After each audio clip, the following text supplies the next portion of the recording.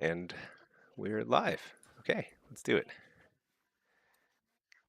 Good morning.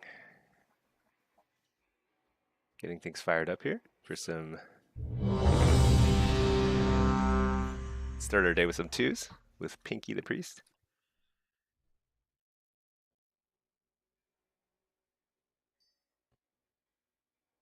Make sure this is all working on my end.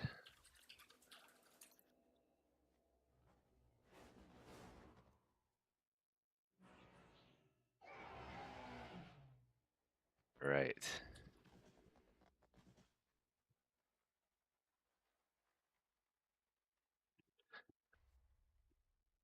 Okay, perfect.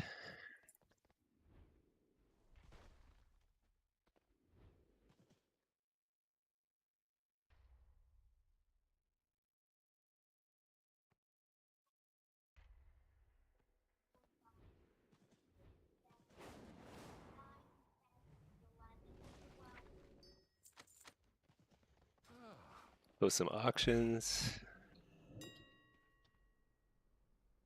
Oh man. End of season. Nobody's buying any of these stuff.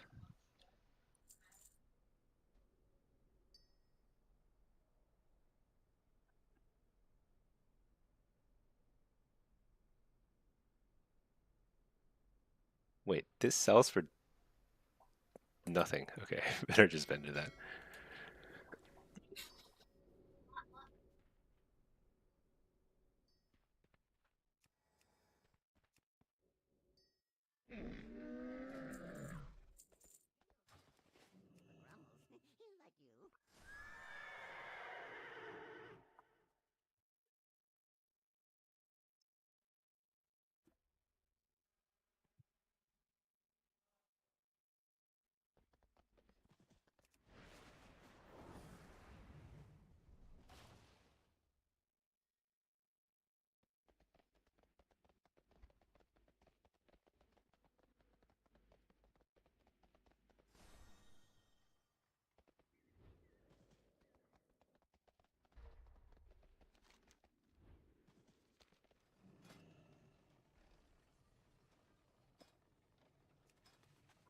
I always like to check for any new orders. I only get like one or two public orders every month now.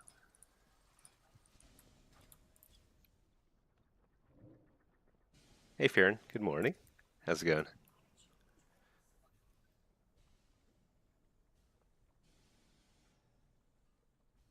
There we go.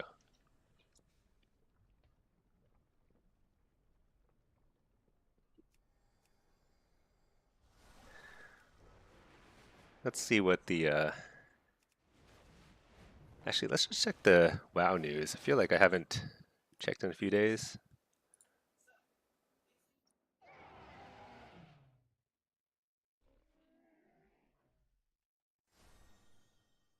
PTR changes. I don't know. I feel like they were things were looking pretty good for Warlocks a bit ago.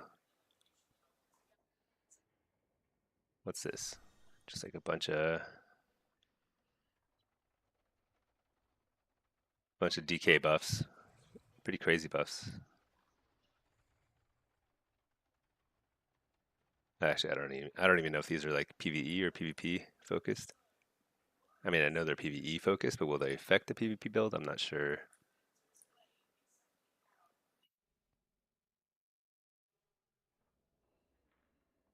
Buffing some set bonuses.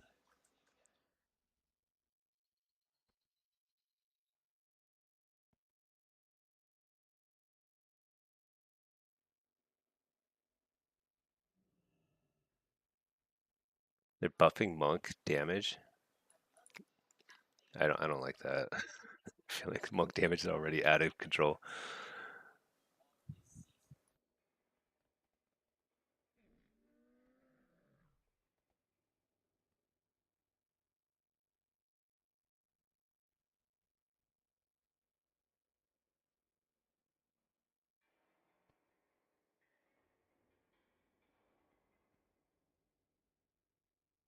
That's pretty funny. Keystone Disorder. Deserter.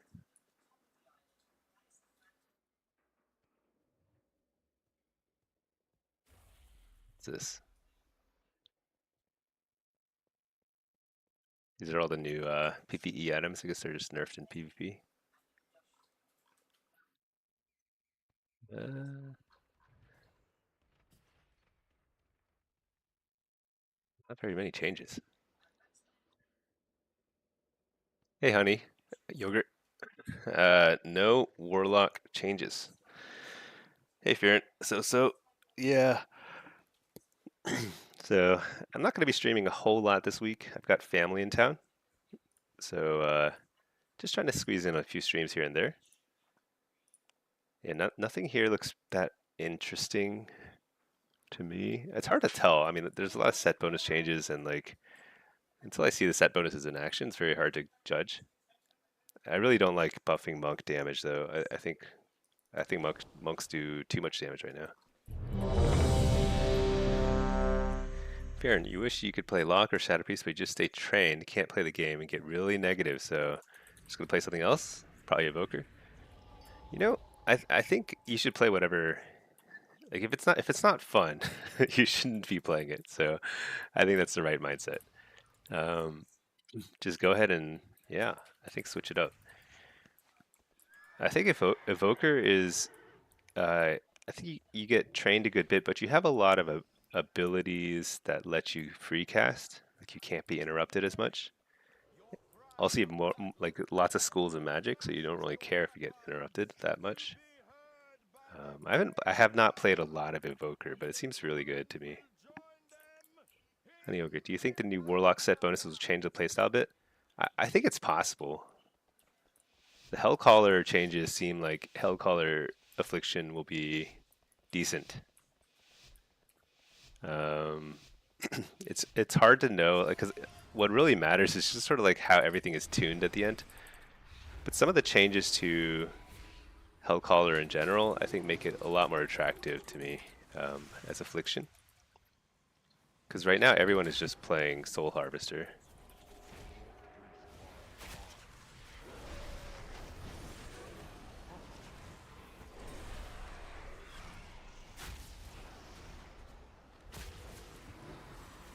So this is kind of a iffy on both ends.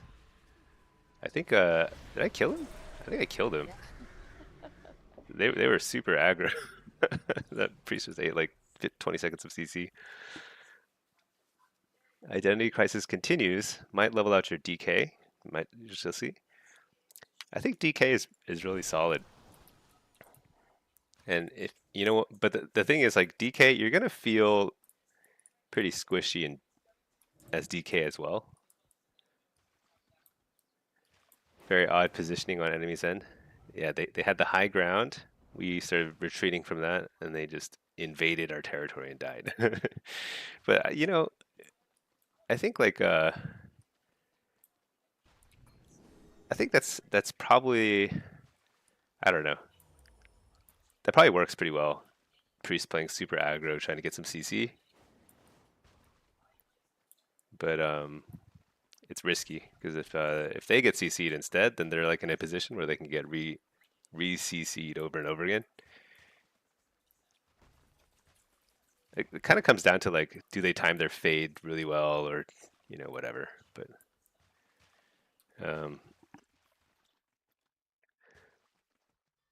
DK has some of the lowest numbers as first blood. Interesting.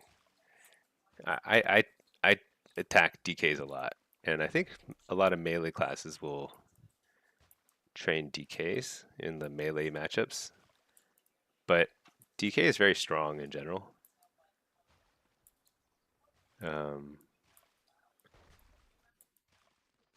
Frost and Unholy played pretty. They look similarly from the outside, but like I think they're Frost plays like an evoker, you know, just super bursty, and then Unholy just kind of like solid, just rotten dot. Oh, I think you're lead, by the way. Oh, whoops! I completely forgot. 'Cause, I always forget to queue. Yeah, it's pretty early to catch high. So we're like 2350 now in twos. It's pretty funny. Our highest rating in twos this season is 2399, so just short of elite. So we're gonna try and work on that.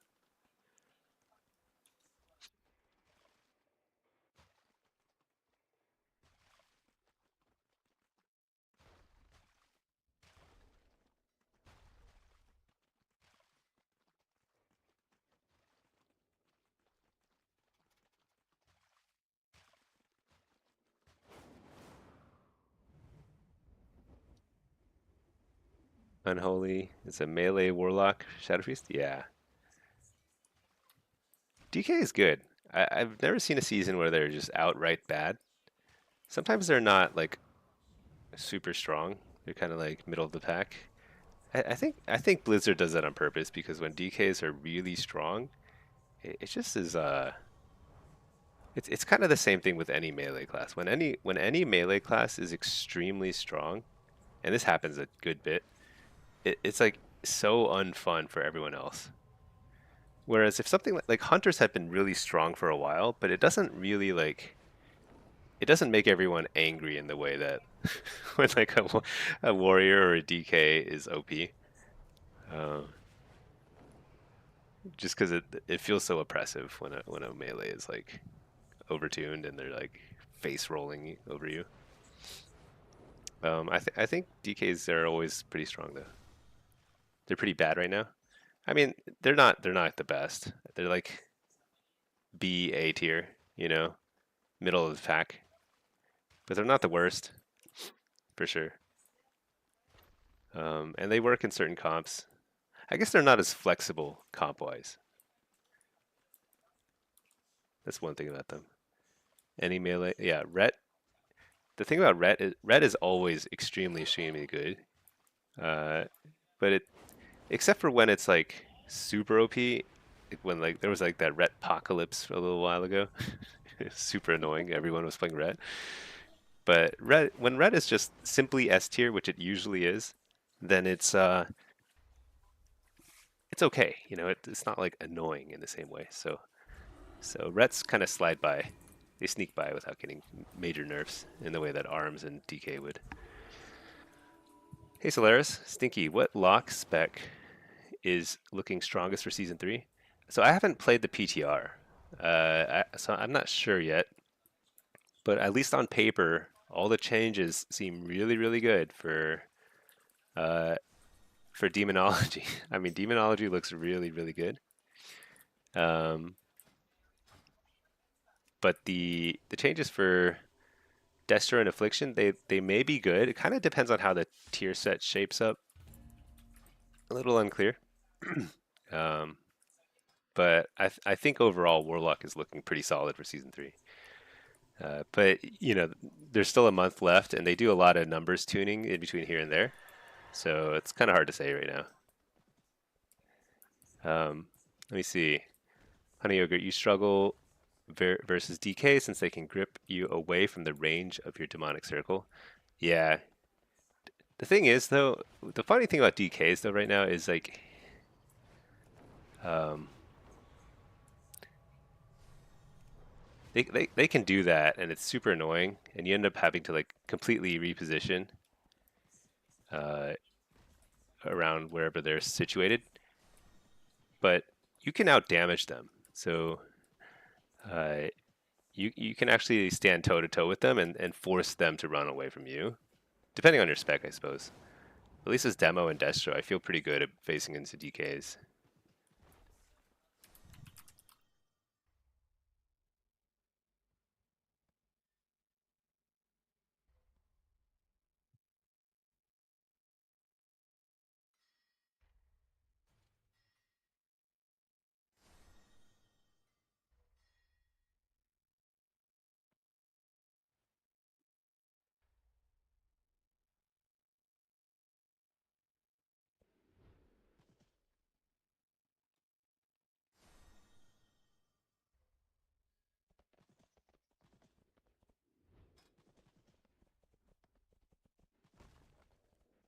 Did AF get changed? You got glad with it this season, but was super annoying with spam dispels on your goes. Yeah. Uh, might learn another lock spec. AF is still good. I've been having fun with it. I've exclusively been playing like a cheese build with it lately, with like bloodstones, and it's like super fun. I don't think it's very good, but it's like super fun. So I'm having fun with that. Um, but it's not a strong spec right now. Like it's pretty. It's I'd say it's like very solidly the third best lock spec right now, and least flexible in terms of comps. But it's not terrible.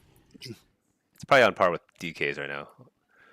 Uh, Spam dispels. There are certain classes like druids, holy priests, those, and resto shaman. They're just really hard to face as AF because they can just spam dispel, a lot of disruption with grounding totem, those sorts of things. Really annoying. Hold on one second. Let's see. What is this? Oh man, Mistweaver. Facing our first Mistweaver of the day already. I like how this guy's name is Nerf Mistweaver. Mistweaver is absurd right now in twos. It doesn't even feel. It's not even. I don't think I've seen a class this OP in any bracket in a while.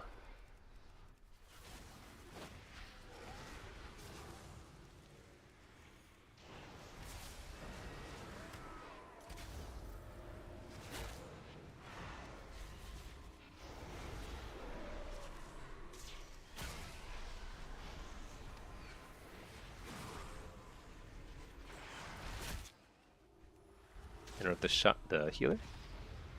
It's a pretty. Oh, I'm frozen.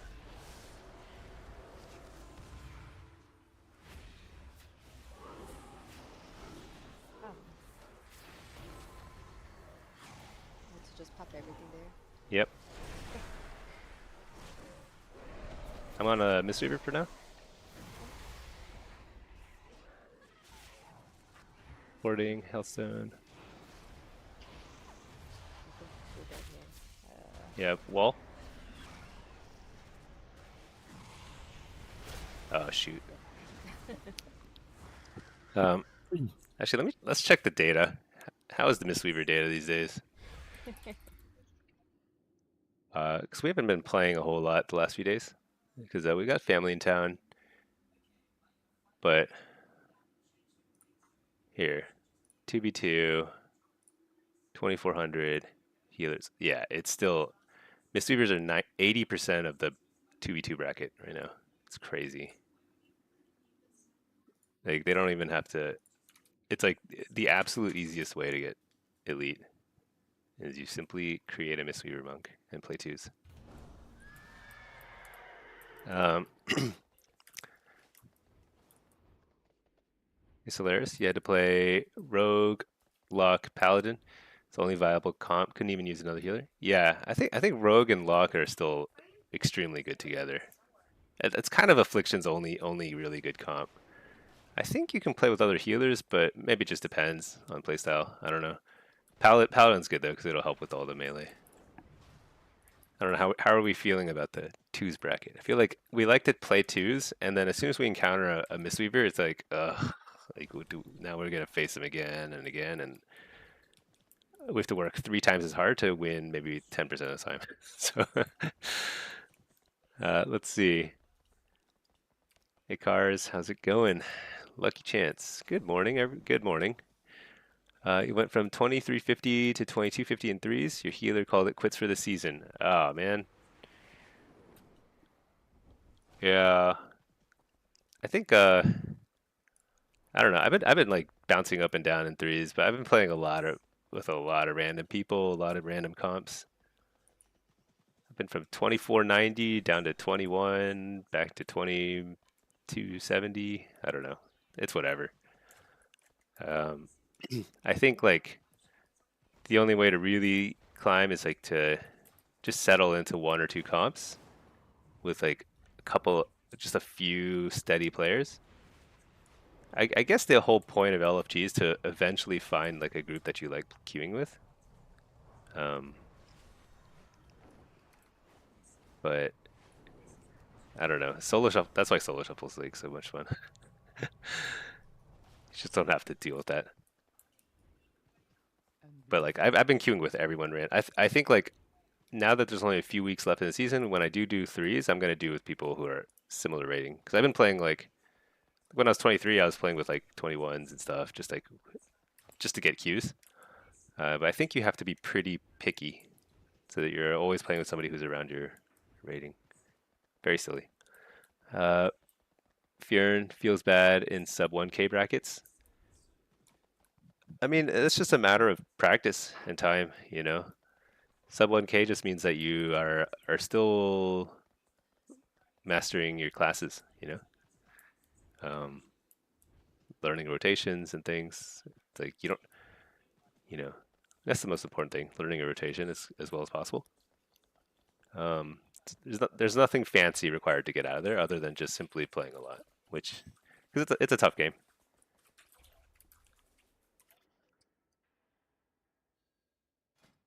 Oh, whoops. Oh, I'm lead now. My bad.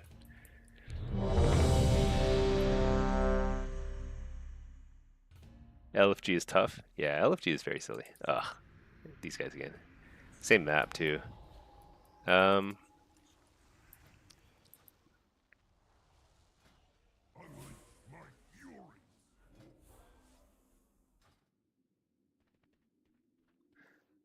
I think if these are the only people queuing, we call it after this and yeah, see I, some sort of content.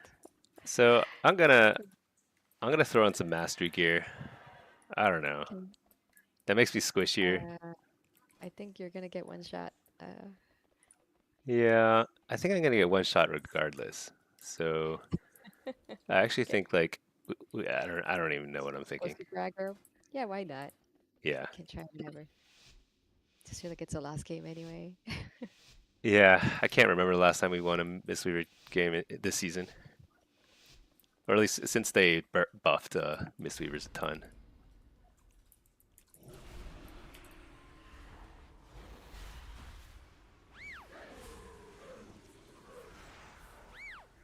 All right. I'm just gonna go on the monk, Okay. fearing him just for a second.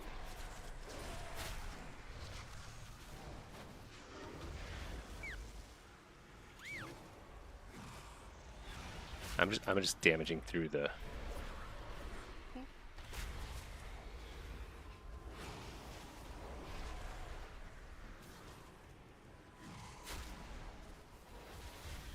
Wall, fearing the hunter. Health stun. And that was my all my cooldowns. Yeah, that's okay. We're good. Yeah. Always good. Uh oh, don't stack. Oh shoot. Oh no. Oops. Okay. Coil. Nice. I got a perfect coil on the.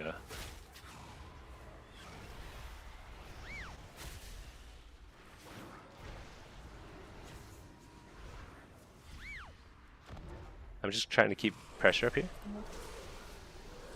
We're clearly doing well here. That actually felt like a little closer, but just impossible. No, not at all. Do you even get bubble? I actually didn't see. Ooh, cocoon? Yeah, we did. We did? Okay. But yeah, Alright, well, GG's. yeah, GG's. I don't know. I think Blizzard has got to do something about monks. To see more buffs coming to monks um, in season 3 is a little depressing. Just because it ruins the twos bracket, which it's not like twos are super. It's not a competitive bracket, you know. There's a lot of classes that simply don't work in twos, but it shouldn't be this bad. It just seems like it's draining fun out of the twos bracket, which is the most casual bracket. It's the most casual friendly bracket, so it's kind of unfortunate when they do something that kills the because it's also the entry level bracket. It's like what people are introduced to when they first start playing PvP. So I think it's pretty important for them to kind of keep that at least moderately balanced. But Here we are. Fieran, you were 1800 on Shatterpiece for a minute, but that fell off. Yeah. I think you're gonna level the DK, focus on Evoker, and learn that. It seems like it's the thing you've had the most fun on lately. I think Evoker and DK are both good classes to learn. I mean, I think all the classes are pretty good. You know, it just takes a little practice. Those are not the easiest classes. So like, if you think something is if you're having trouble rotation wise, just like picking them up, you know, uh, give some other classes a shot too, because I think you can have a ton of fun, and there's still a high skill ceiling even on classes that are easier to play. So like Ret and Hunters, they're like comically easier to play than certainly than Warlock, and probably Evoker too. Evoker is, but the nice thing about Evoker is once you really figure out the kind of one-shot macro stuff, and it is just kind of like a one-shot cast sequence, it's not that bad, I think. Hold on, let me leave this queue, jump into this queue. Let me fire up my second instance of WoW too, so that I can get more queues. No bracket should get the stepchild treatment. Yeah, unfortunately, Blizzard does not seem to agree. Um, it's kind of unfortunate, but I mean, Blizzard must see see this data. This data is crazy. Every other healer is just fighting for a small chance at elite, and Mistweaver's just like completely taken over. Um,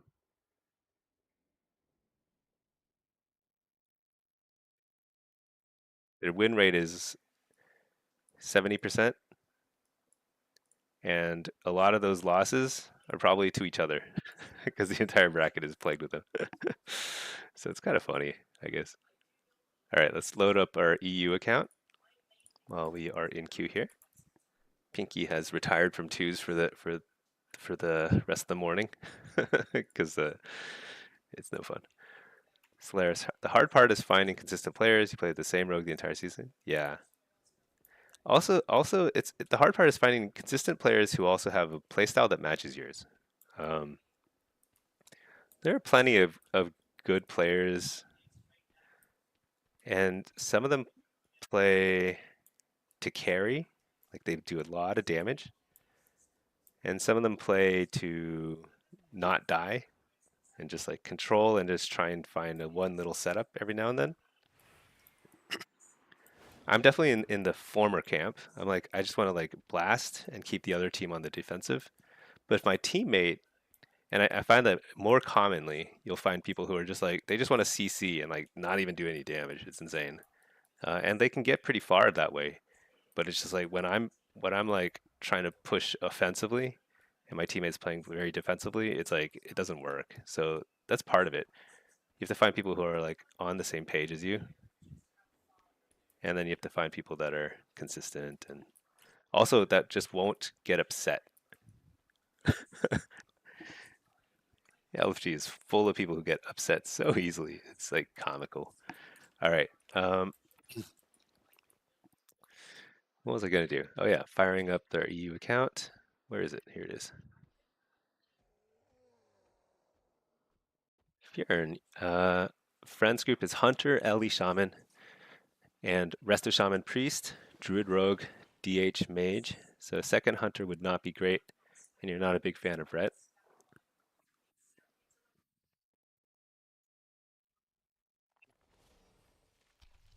Yeah, I mean, what am I doing in here? Yeah, I think that's fine. The healer wanted you to play Shadow Priest or Lock. Had a rough go at it. Yeah, I mean, of all those classes you're mentioning, Shadow Priest, Lock, and Resto Shaman are by far the hardest to play. It's not even close. So, um, probably Lock and Resto Shaman more so than Shadow Priest, but Shadow Priest is still pretty hard to play because it's like very utility based, and any class that has a lot of utility is gonna be more challenging in general. All right, let's queue up real quick.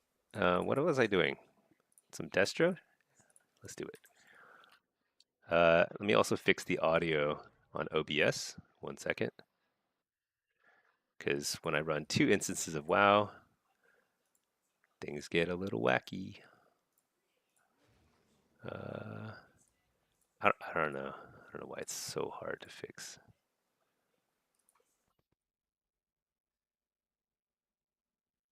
Just sitting here clicking buttons. All right, fix it. Okay, we're good. uh, yeah,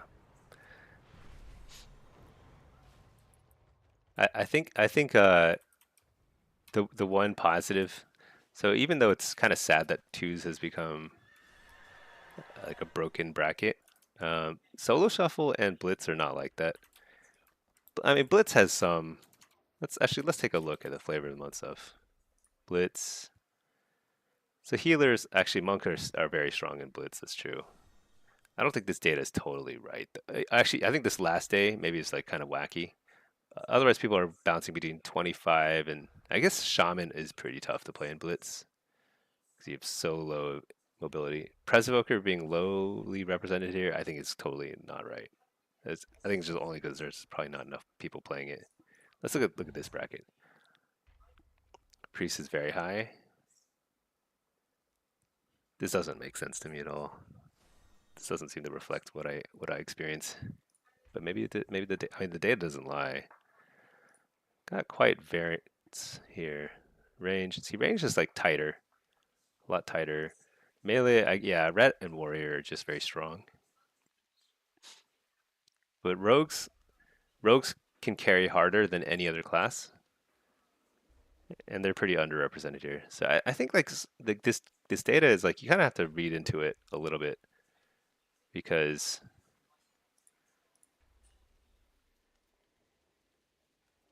yeah, because like this is like a combination of popularity and win rate. But what you really care about is win rate, not popularity. And Feral being super high, I think makes sense. Like I see a lot, like Feral can carry super hard. DK, well, this doesn't make sense either.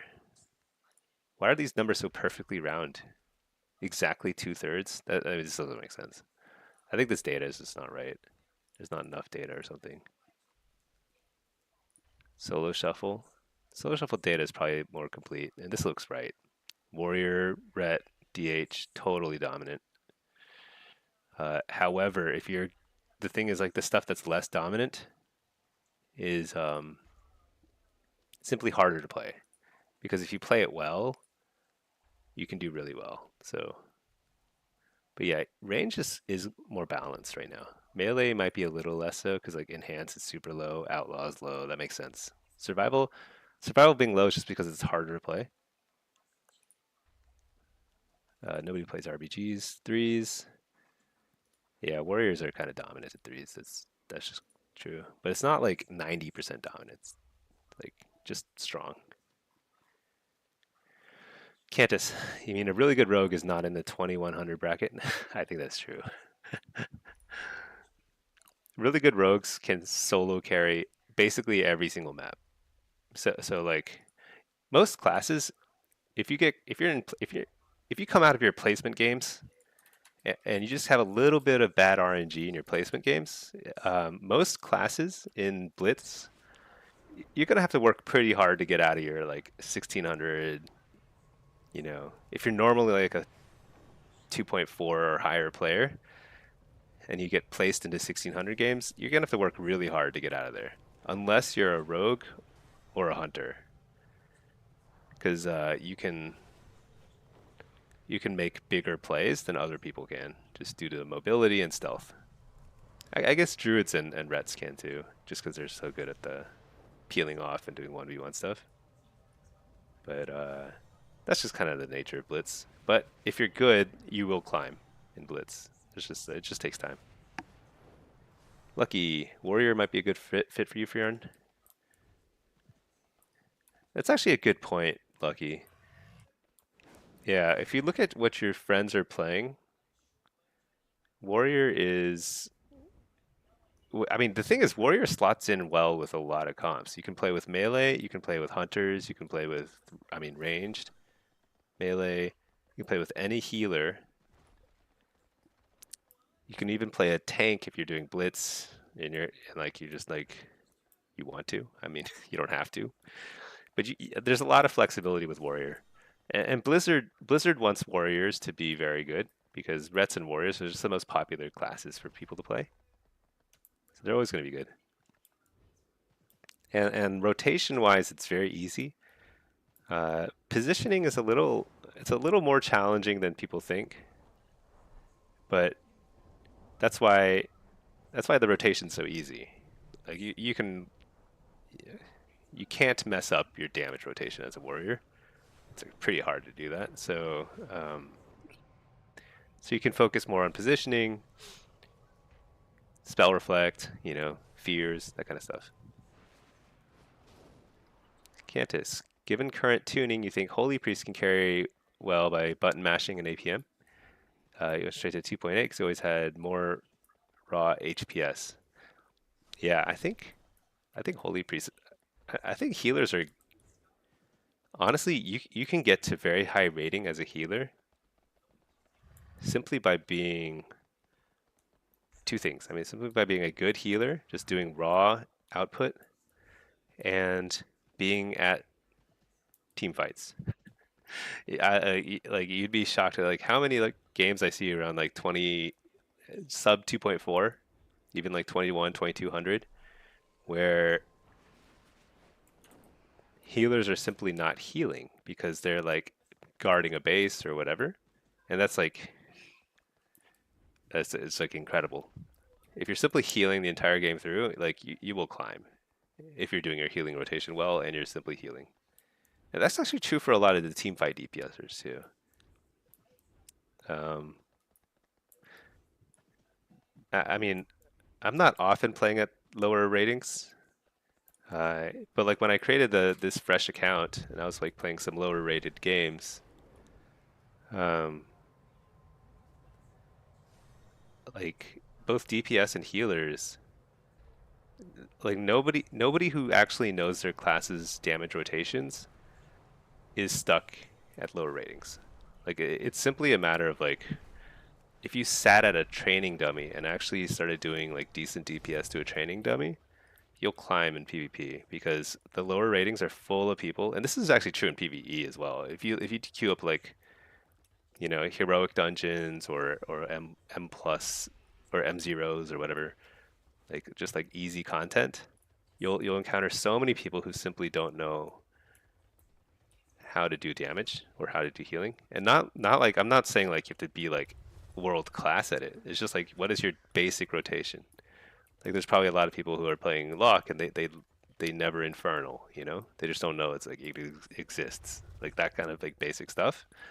Um, and so that's the sort of thing that you can very easily get better at, or just start using the one button assistant, which is not bad. I mean, the one button assistant, there's nothing you should not feel. I feel like there's like some stigma associated with it. Like people are like, oh, I don't want to use it because I'm too good for it, or it's like it's too noobish or whatever.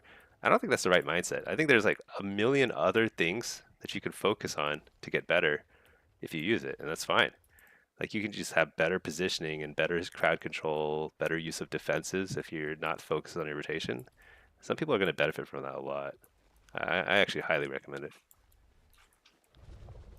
Let's see, Fiorin, when you were originally playing at the beginning of the season, you're playing Monk, Mistweaver, Windwalker, and Ogvoker. So Monk is very good, no doubt about that. Windwalker, Mistweaver, both very strong. Um, and Ogvoker is, I think it has the potential to be very good because I've seen very good ones, but it must be harder to play because I don't see it commonly played, but maybe it's just like not frequently played. I think it's one of those things that is better than people think, but is so infrequently seen, people don't know how to play with or against it. So I like Og. Og is next on my list to master, but I don't know. I'm having too much fun with warlocks. All right, send this guy into a follower dungeon. If I can click it. Okay. Oh, the key didn't pop. Shoot. Be at the right spot, heal a lot, no need to make plays. 100%. You should never try and steal a base as a healer until you really know what you're doing. Like, there's just no reason to put yourself through that stress. It puts your team at a disadvantage. Um, yeah. This is true for a lot of DPSers too. There's a lot of DPSers that just simply are not good at solo taking nodes. So and so there's no reason to even try. It's better to just like contribute more damage, more healing to a team fight, you know? At heart, MMO wise, you've always been a pally or some kind of bard. Yeah, bard class is kind of absent, isn't it? I guess Og Evoker is the closest to a bard. I mean, it's the only support class. Um, but it doesn't really play like a support. It kind of does. Like, you kind of buff your teammates. It's not a huge buff, though. It's like 3% crit and like maybe a little, I don't know what it is, mastery or something. It's not huge. What does Emin Might do? I forget. But I think Pally is, if at heart you like Pally, then you can't go wrong with Ret Pally, because Ret Pally is also like, it's kind of in between a caster and a melee. Ranged, you're not as, positioning doesn't matter as much for Ret, you know? Like Warrior, positioning is a little more important, even if it's super easy to play. Bard and WoW is basically Og, used to be Shaman. Oh yeah. The thing is, Og is good. Um, I barely know how to play Og. I've played it like a couple games here and there, and I can do a million DPS just by pressing a few buttons, you know? I don't even know what I'm doing. And then you just spam Eruption when you don't know what else to do. The one problem with Evoker is the one button macro doesn't work very well with it, because for some reason the one button macro doesn't use empowered spells properly. So that kind of throws it off a lot. Like it'll channel it to full before it casts. And if you're just spamming your one button macro, it'll keep resetting your channel. So it's like a bizarre interaction. Hey Cantus, could I tell more about your 2 account setup? Is it a different BNet? Always join Follower Dungeon. How much time do you save? Yeah, so right now I'm just getting started in the day. So the queues, the first 10 minutes, I probably have to wait a bit until something pops, especially in NA. I probably should actually leave the Follower Dungeon. Oh no, there we go. So I have 2 separate BattleNet accounts. Oh, an ad just popped? Okay, well, I'll explain it after your ad is done. Og is 5k main stat, 3% crit, 6 verse. It adds up to a lot. That's actually a pretty decent buff, isn't it? This feels so dirty playing Red Pally. It feels like a betrayal. Don't feel dirty. Like, every class is fair game. You should play whatever is fun. And oftentimes, a lot of fun comes from just pairing well with your team. Probably the most fun thing in any video game, is playing with people you enjoy playing with. And a big part of that is playing with synergy. And often this means like playing with either you just gel well together just in terms of your playstyle, or you're around the same skill level. And if you're not around the same skill level, then you should be playing something that's easier to play, than what they're playing. There's nothing wrong with that. Everyone's different. Cantus, are you out of your ad yet? I actually don't know. There's like nothing that tells me when ads are playing.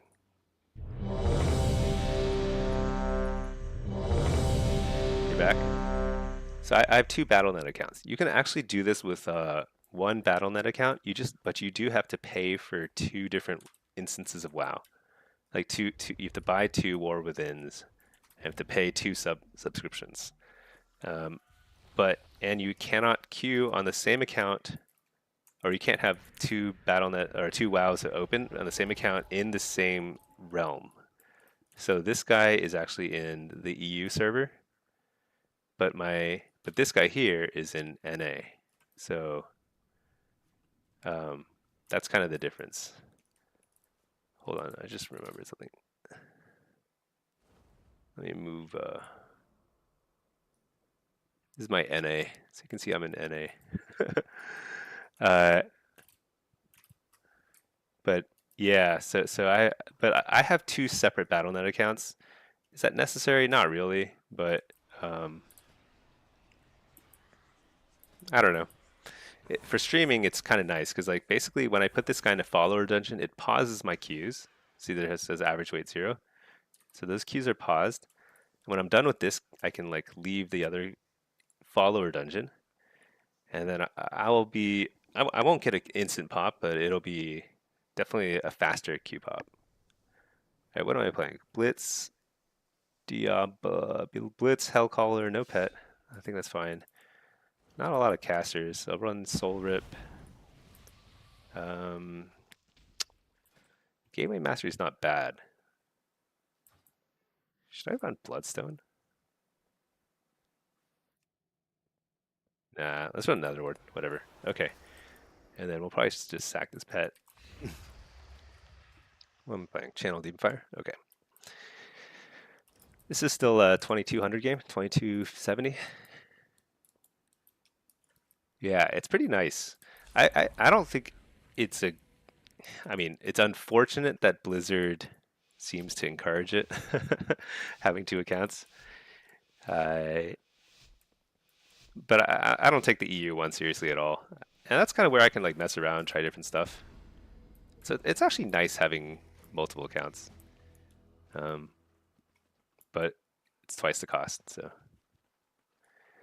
for an already fairly expensive game. Okay, let's take a look. So we've got. I'm not sure who's carrying. I mean, it's probably the rest. Is this a disc or holy priest? Um, wow. What? All right.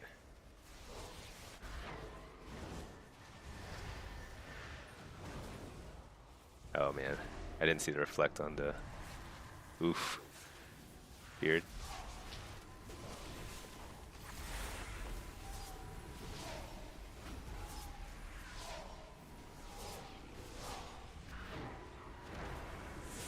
So I'm gonna pop my defensive and try and blast somebody. Force a bubble. LD.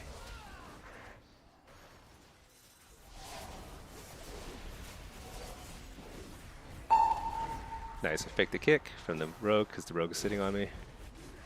Uh,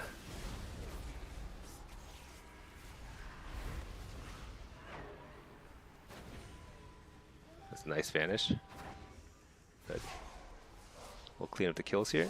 And let's see. So their flag carrier is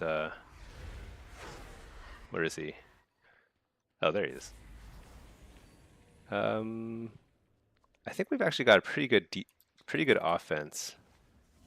Pretty heavy offense. So I'm gonna help our flag carrier.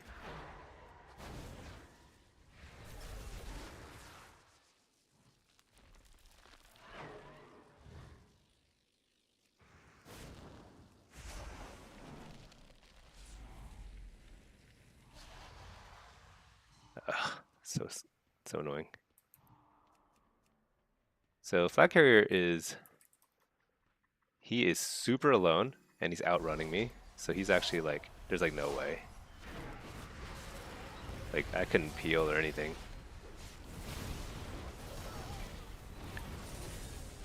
I don't know that I would have helped a lot. We were way outnumbered here, but there's no way.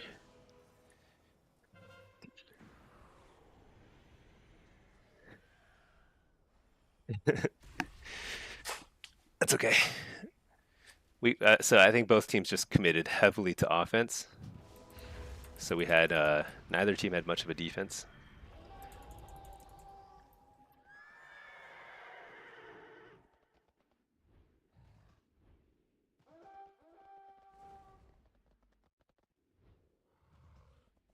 Okay, that guy died. So Shaman again. Looks like the warrior is going to play defense now. I think he was probably supposed to, or he said he would. Um, Looks good over there. So I think I just need to slow down anybody who spawns. See this guy here? He's probably going to try and grab the flag if he can. Slow down these guys. Slow, slow. I don't think I can reach him in time. Shoot. I should not have dismounted.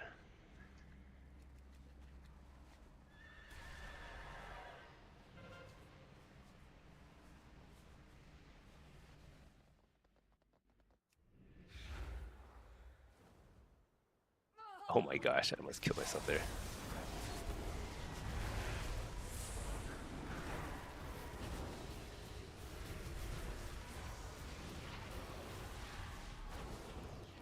Dang. That's too bad. I think if I had stayed on my mount and just like kept him slowed, feared him, spam fear, maybe we could have capped. So that's my fault. But oh, we just one shot him, so we're all good. All right, all our sins are forgiven, dude. Yeah. The rogue is like, what was that chaos bolt? Yeah, that was a crazy bolt. I don't know what happened. It's pretty funny.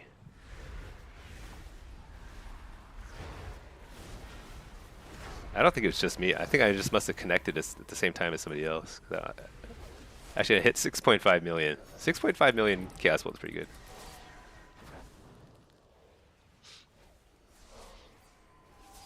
All right, so we're just kind of like messing around. They don't really have a. So I mean, they're losing every team fight, so we're just kind of keeping them busy. What would be nice is stagger the kills a little bit so they're not like all spawning at the same time, but they'll die super fast. It's okay. Um, so what I don't like is now the warrior has taken it upon himself to carry, and I think like if you have a good carrier, good flag carrier, you just kind of like you just stick with them. It's that strategy. Okay, good. He passed it already. Nice.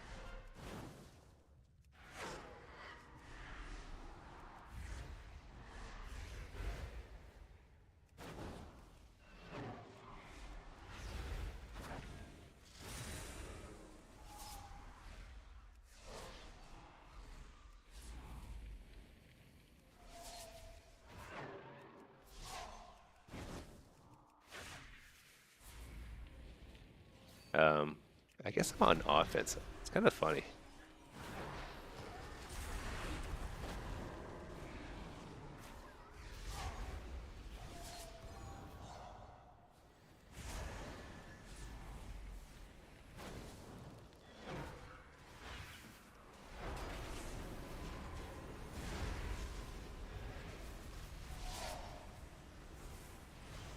Oh shoot, I gave him precog.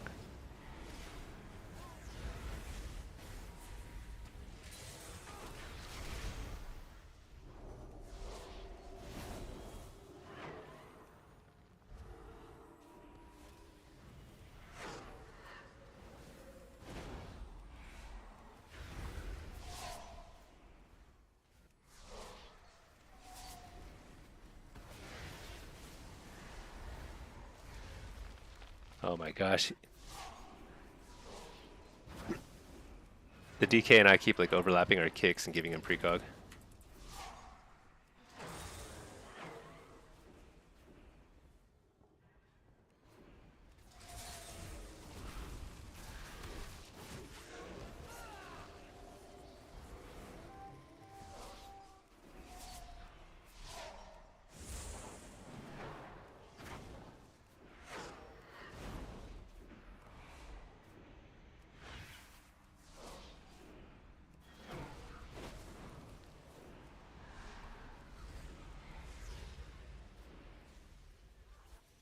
All right, so we killed their flag carrier, and we have the flag.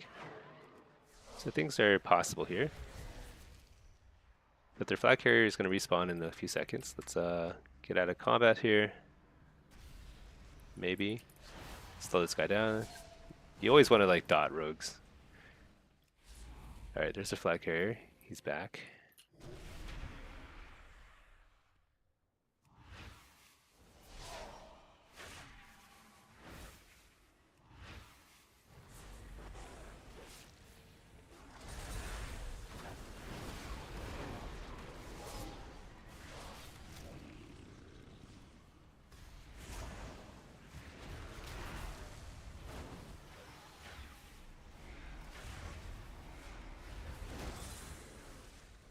Just trying to slow him down. I guess I'm dead.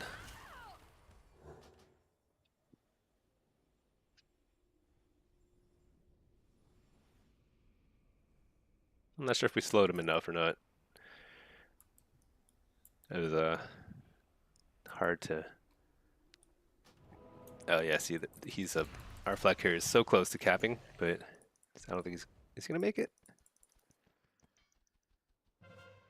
No, not quite. But positive is that the other team they just had like somebody had to pick it up because they didn't have time. So they have a non-ideal flag carrier. As long as our flag carrier doesn't die here.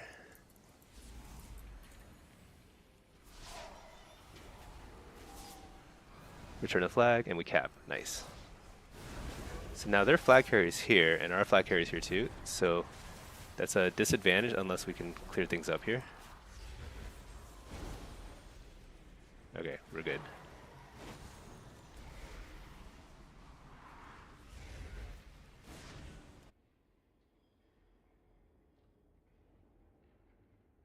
Oh man.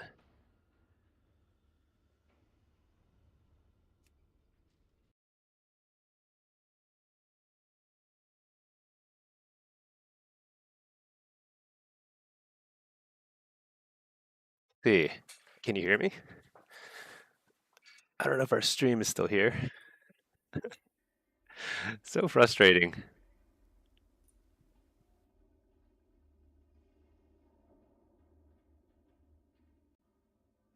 Well, let's see if we won or not.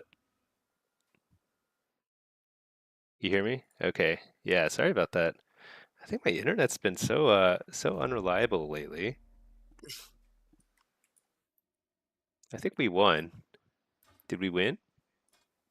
Defeat? Oh my gosh. Are you kidding me?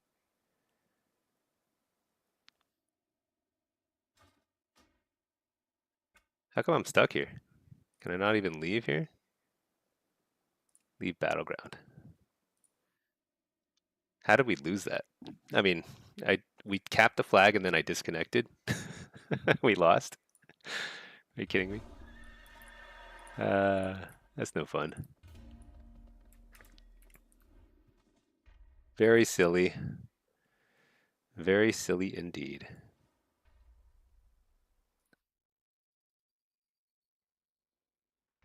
Sometimes our internet, I don't know how to make it better.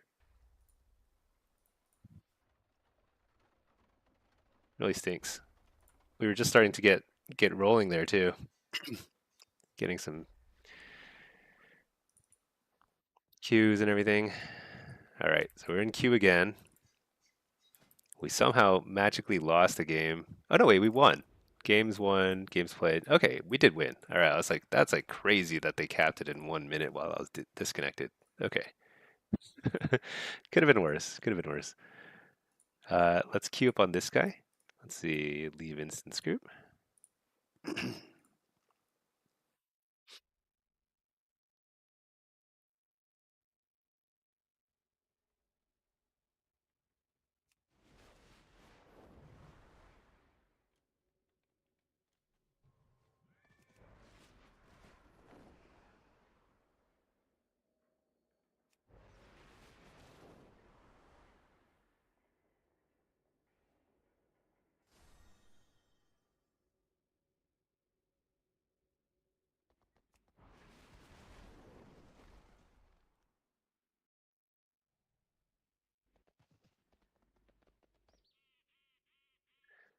Yeah, sorry for the disconnect.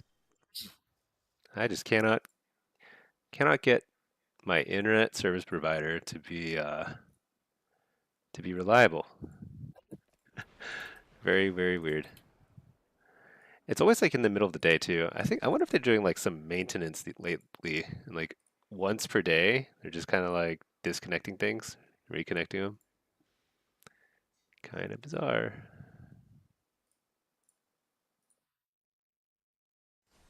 But that was actually a pretty good game. I wish I hadn't disconnected. I think we played that pretty well. It's a little bit weird at the start in terms of like how we distributed our team, but I think we played that well.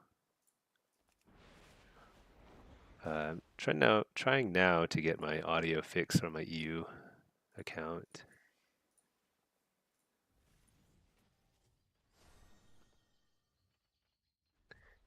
Never quite likes doing it for some reason.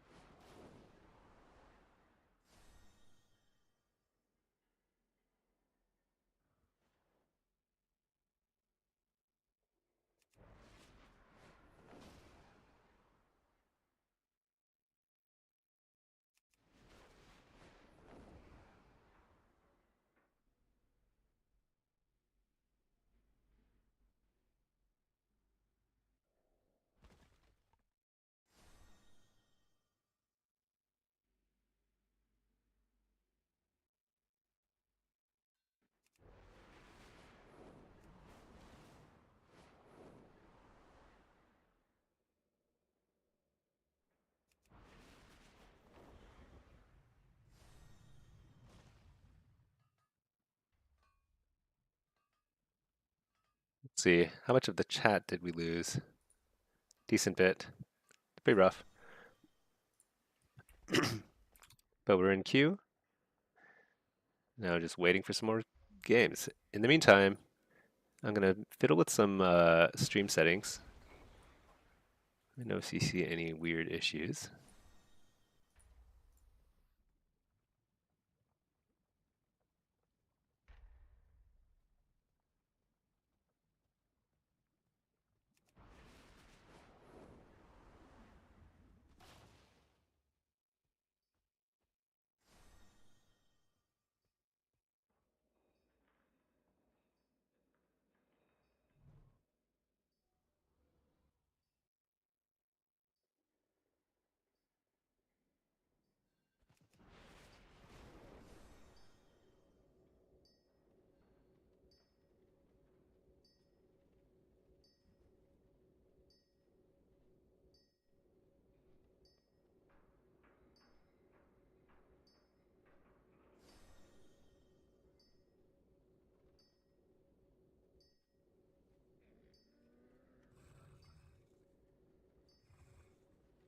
Take a look. Man, everything was going well, but then trying to fix the audio on OBS, I swear it just like makes me go crazy. I should record this process because it's like just click it over and over until it works. There must be a better way, but I can't figure it out. Hey Big Cloud, how's it going? We are we are live. We're up 1-0 against in the battlegrounds, but we're down 0-1 against Spectrum Internet provider. Spectrum Internet.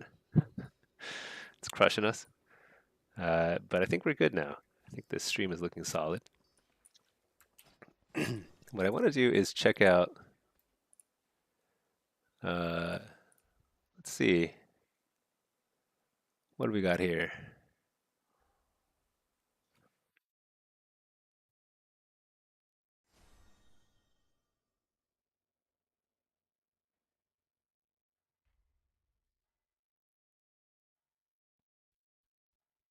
Oh, actually, let me check. I think I got some messages earlier.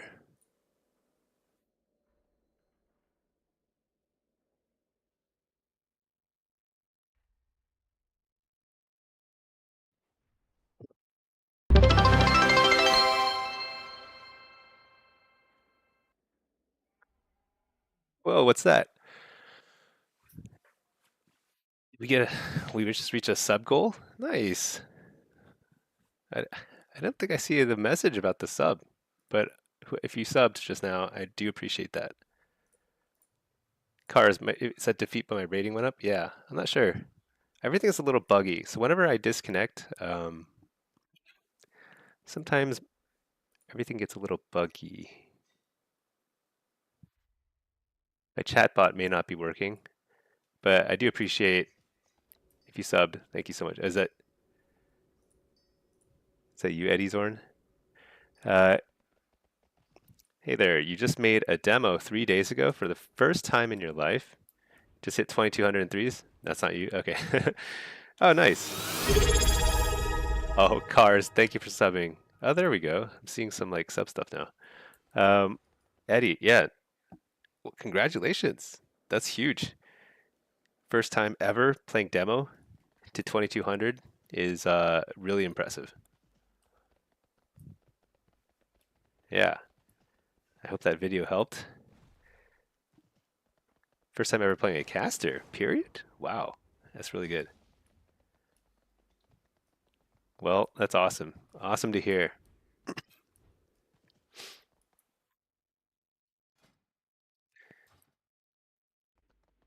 Video helped a lot. Yeah, no, that's great to hear. That's why I followed. Yeah. No, yeah, I appreciate that. I'm gonna keep my at least my main guides up to date. So as soon as season three drops, main thing I'm doing is just like figuring out what's working, what's not working, update those guides, and then hopefully help some people climb the ranks again. Yeah, I think it's gonna be. I think season three will be pretty fun.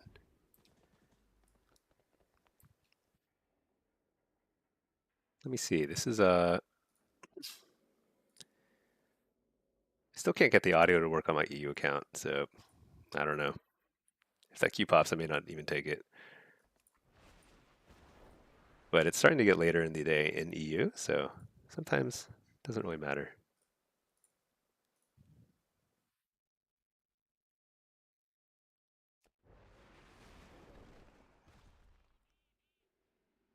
Um, Actually, let's try this.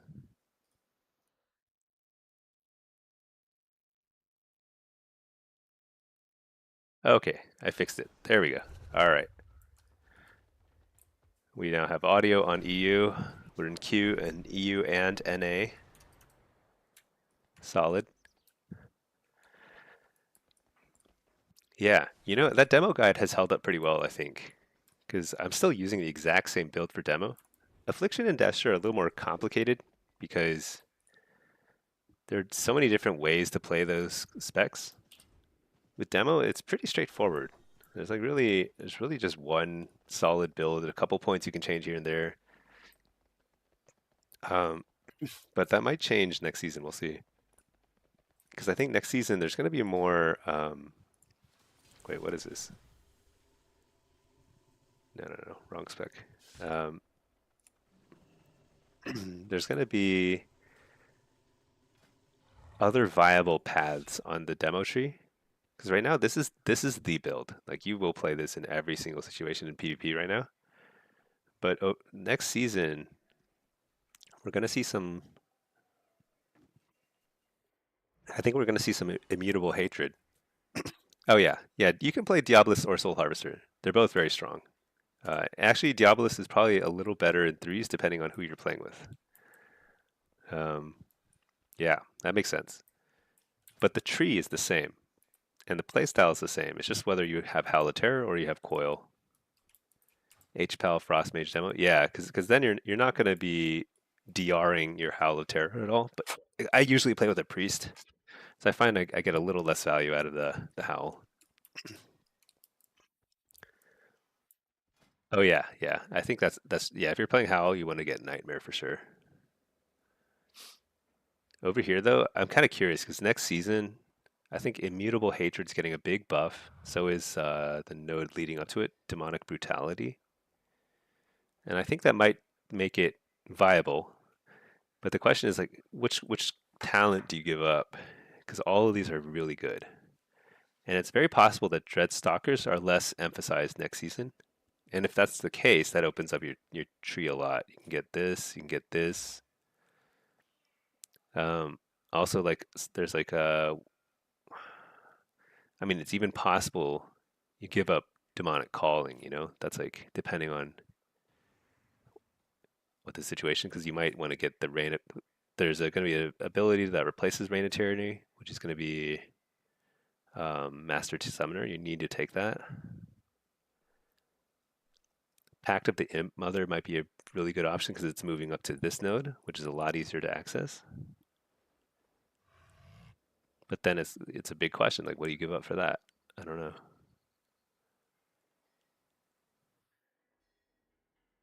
The thing is, you still want your Dreadstalkers to buff everyone else because like Wicked Maw is really good.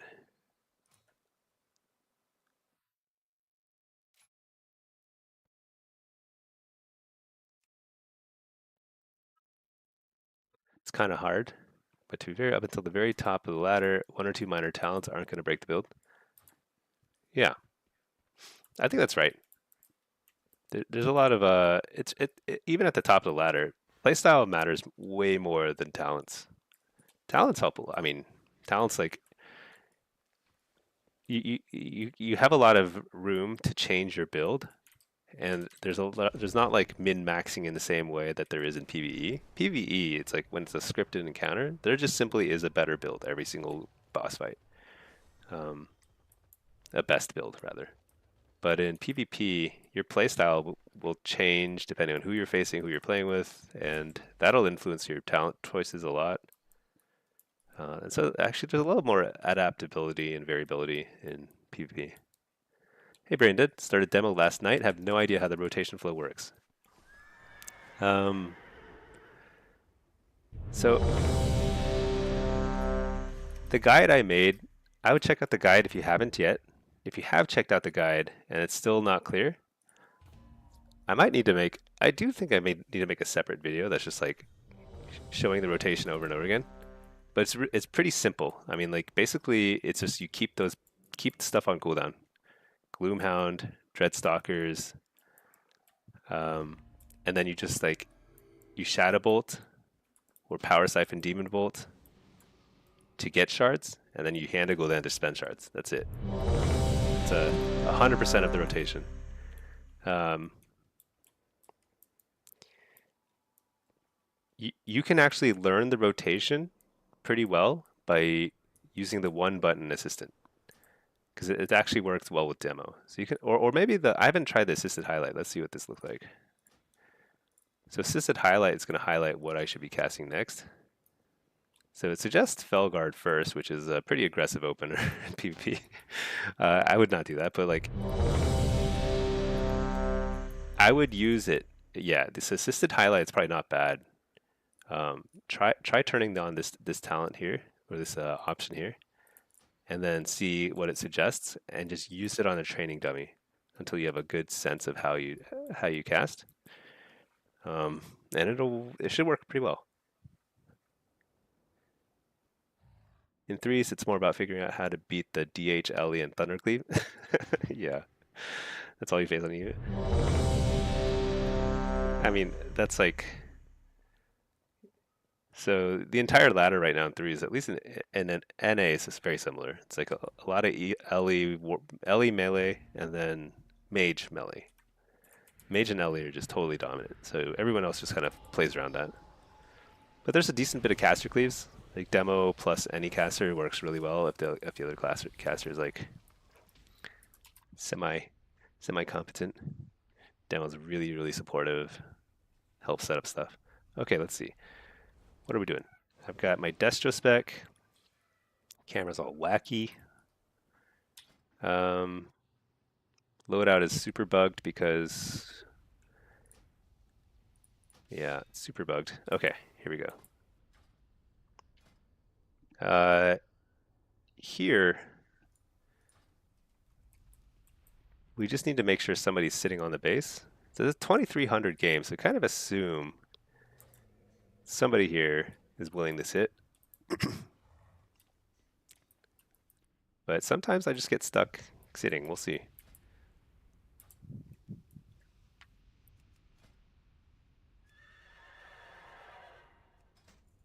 Let's throw on some mastery gear just for the comedy factor. Because if we blow somebody up with a big chaos bolt, it's gonna feel really funny. Let's get let's run with a pet because I'm not sure if they're gonna make me sit or not. I should not be sitting, but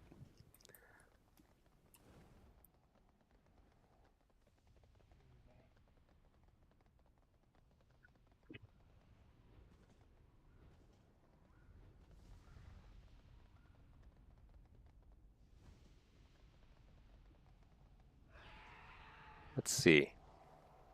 Sounds like the red is gonna sit, so that's good. I think the red is the best sitter here, but anyone can sit. Uh, I think what makes it sometimes hard is that like everyone here can team fight well, but that's because anyone can team fight. But I want to mess around with my 79% mastery. Let's just see. Let's see how this goes. It could be pretty fun.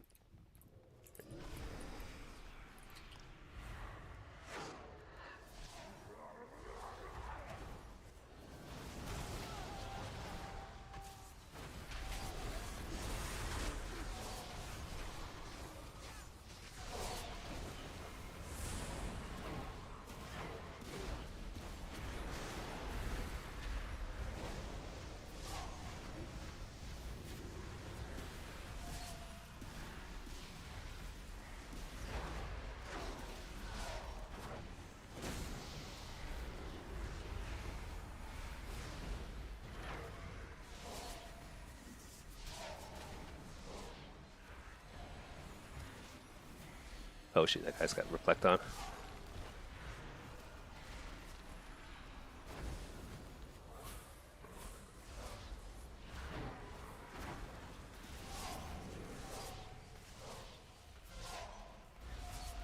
No way.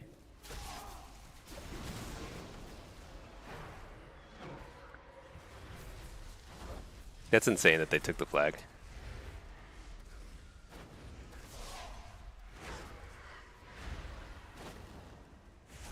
That's okay. We'll kill him.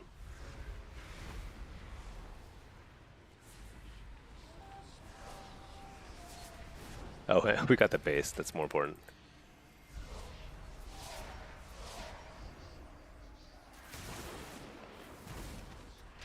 Oh, wow. Got crushed.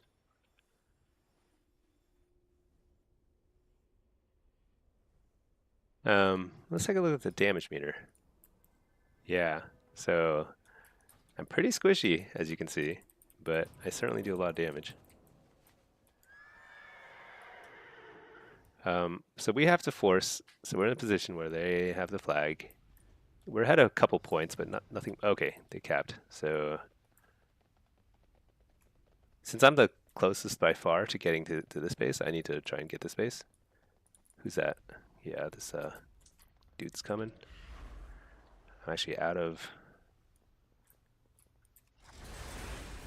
So I have to fight him initially because this thing's not spawning quickly enough.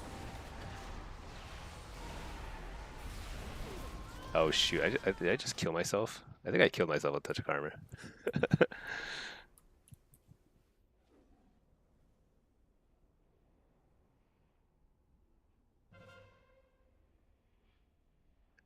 So they have the flag, that's okay.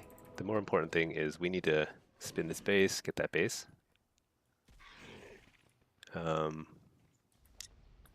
like we're gonna secure that base, so I need to go over there and help spin that base over there.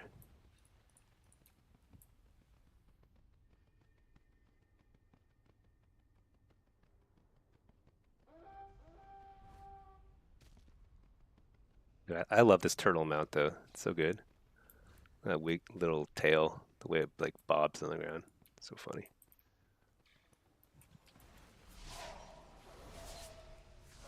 They have two healers here, which is extremely annoying.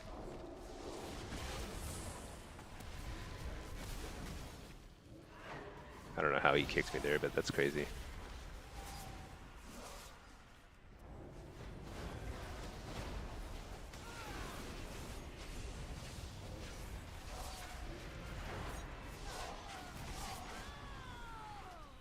I, I don't know.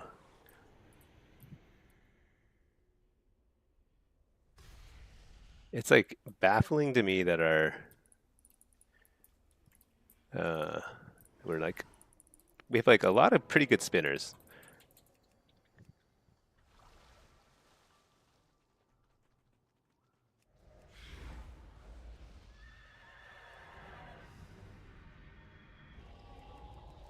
So they should try and cap quickly because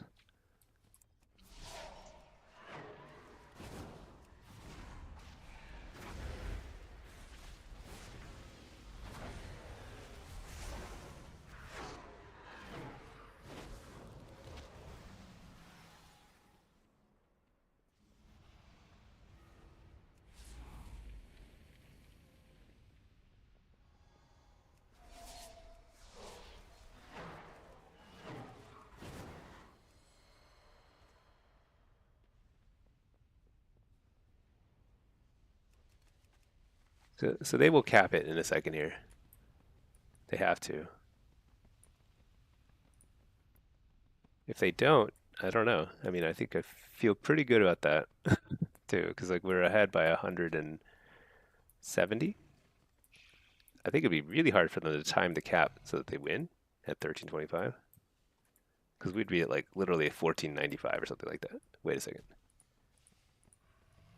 Let's make sure we don't lose that base too.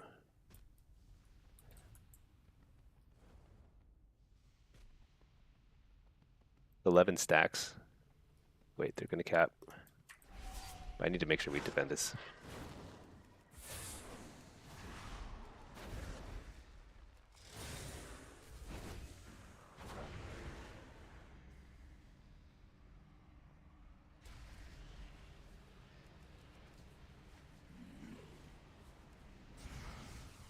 Okay, red's back.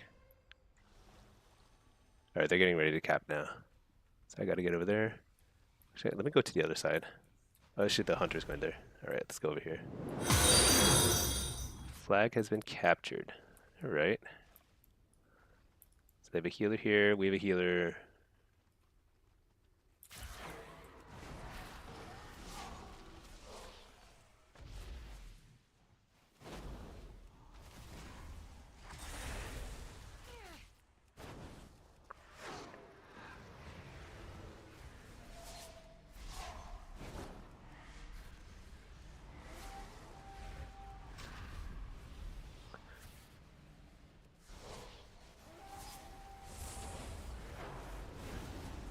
Well, that was a nice cap for the flag.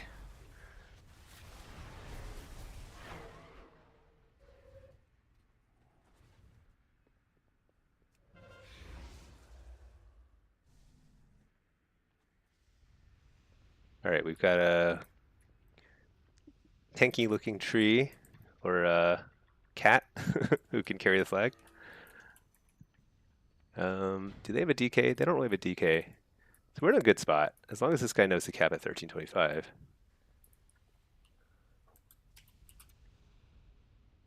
We should be good. They've got like knockbacks, but they don't really have very good, it's not really reliable. The thing is like he shouldn't stand right at the edge because then he can get knocked back, but that's okay. He'll be okay.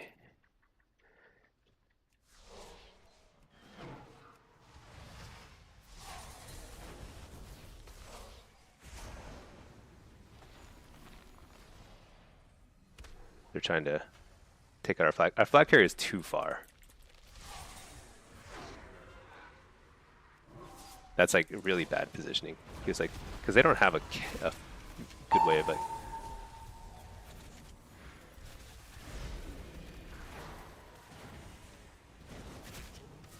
Because if our flag carrier goes too, like he should be near the graveyard.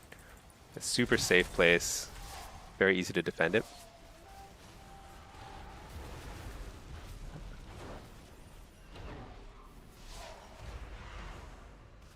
Because we can't, as like defenders, we can't leave this area too well. So especially after we've gotten capped on so many times this game. The positive is that they sent everyone on offense, so they ghosted the base, and now we took it, so we're probably going to win. Sometimes I get this like weird de-targeting weird thing. I don't know. Did you see that? Like the dude was like flickering. I'm not sure what causes that. What was he doing? Yeah. I mean, maybe he was making a big brain play because the other team they kind of ghosted their base. Luckily, we had somebody who went go cap it. Um, but that was pretty risky.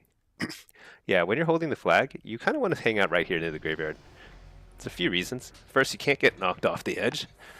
Second, you're still like relatively close to the flag, so without being so on top of it that you can be gripped onto it or knocked into it. And third, you will be exactly where the rest of your team will be rezzing if they die while trying to defend you. So, pretty nice place to defend at.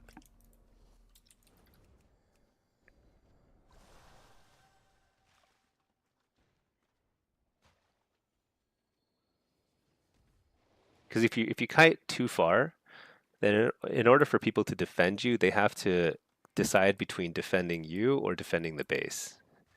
And that's always kind of risky.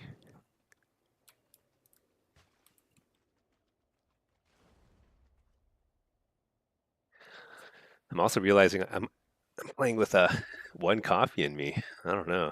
Is that possible? Let's see. How laggy. All right, looks like our bit rate is good. Oh yeah, actually let me toss this guy back out of the follower instance. So he'll be right at the front of the queue. So the next um, solo shuffle or blitz that pops in EU, he should have pretty good priority to get in.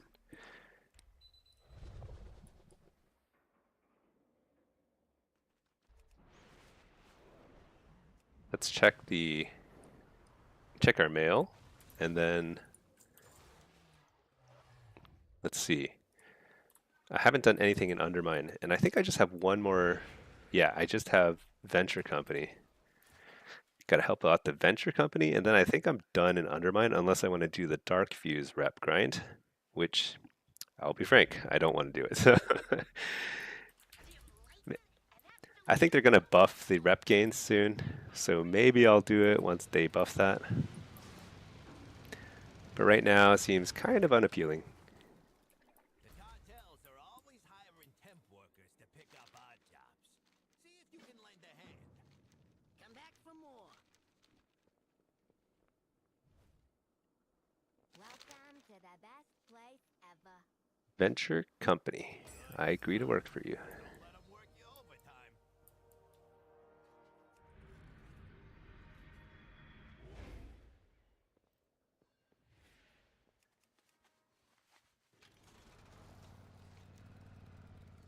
I wonder what the new zone is going to be. Maybe people know already, but I actually don't know anything about 11.2. I know it's like void themed. There's like ethereals or like a void thingy. I don't know how to describe Void Lord. What am I doing here? Scumbag. This thing. Yeah.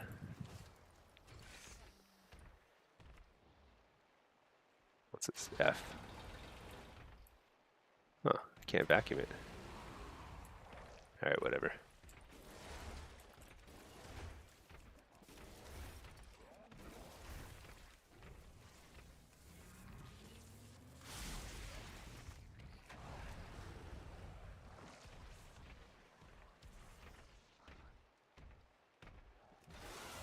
Takes too long to do all the reps in Undermine. It does take a long time. You did one of the extra ones and it was too much. Yeah, I've spent a lot of time in Undermine. I feel like I've been in here forever. I enjoy the zone, but I'm a little sick of it.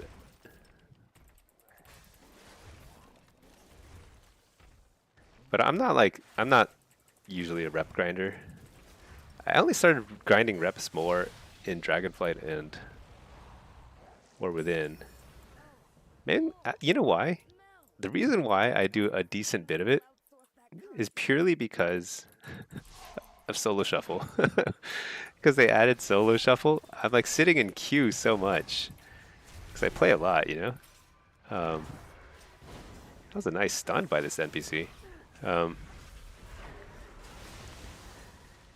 so I played so much that, oh, there's like, what? There's like little mobs.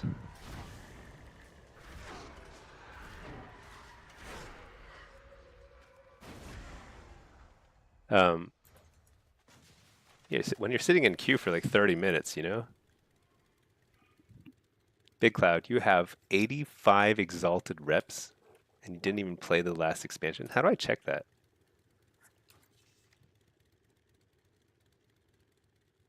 Oh, I have a lot. I have 40. What's the next achievement? Because then it probably, I have 44.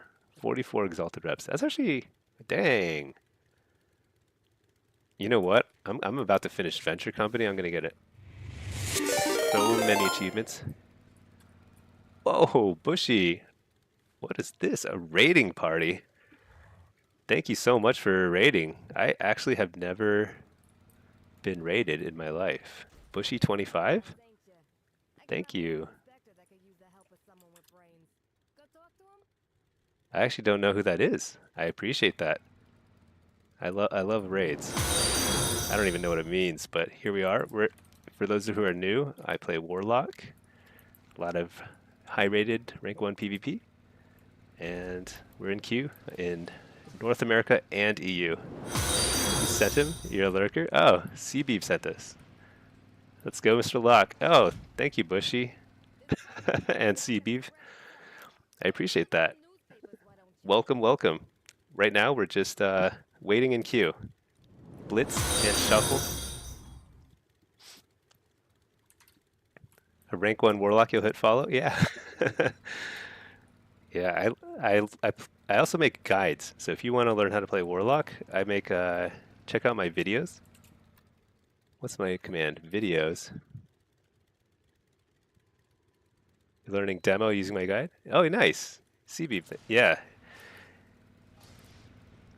Yeah, I have affliction, destro, and demo guides. So check them out. I'm trying to be as thorough as possible. I learned a lot way back in the day from really detailed guides, and so I'm just trying to give back. These days, I feel like there's not a lot of good guides made for basically any specs. So hoping to see more of that in the future, but doing what I can for Warlocks. I also have a Battleground Blitz guide, so if you're new to Blitz, check it out. It's super fun.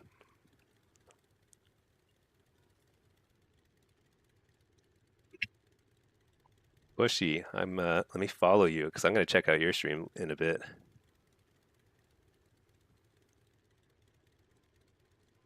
Thank you, thank you.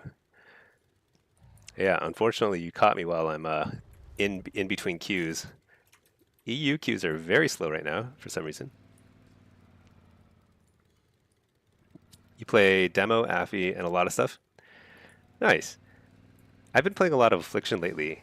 I've been doing Bloodstones, which are really wacky and very terrible, but but really fun when you can do like crazy damage with Bloodstones. So I've been playing with that. It's not very good, but it works okay at the 2600 rating, so it's not the best. But it's hilarious because sometimes you'll kill people in the first 10 seconds of the game, and it's just like, I don't know. There's nothing they can do about it. Okay, right now we're trying to finish up some venture company reps. Let's talk to this guy. All right, where are we going, Inspector Doug? I feel like he's supposed to tell me where to go. Oh, there we go.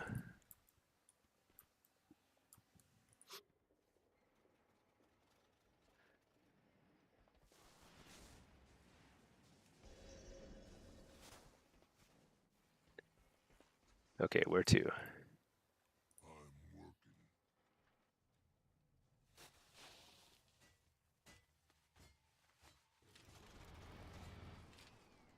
You just got Ashes of Alar CPA? Dang. Ashes has, to me, it's been like always been the best chase mount. It's like, is there anything else that came before it that was as good? I mean, it was just so much better than everything else that came before it. Back when it came out in Burning Crusade. All right, Inspector, where do we go now? This way? Oh yeah.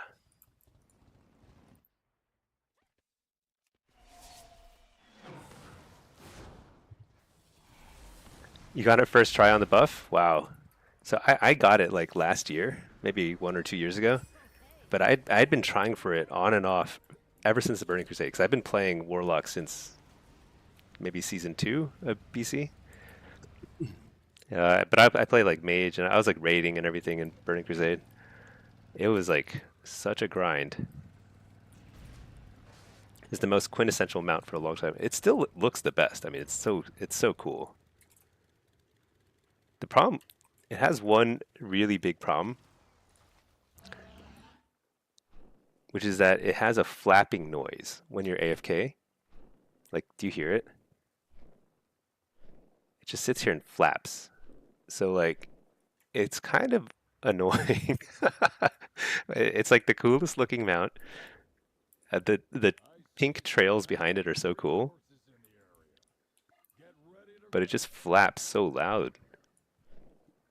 I don't know. I have like mixed feelings about it. I worked so hard to get it, and it flaps. Deep TV. You tried farming it for a long time with same with Rivendare. Yeah, I never got Rivendare either, but I didn't really farm it as heavily as I did. Oh, we got a Q pop in. Oh, somebody left immediately. Yeah. Ashes was the only one I really farmed. Oh man, can I? Because I think my EU account is pretty low rated, so I think we can probably double multitask here. I'm not sure. TBD. Maybe this one's not going to pop. So if this one doesn't pop, I'll send this guy into a follower dungeon.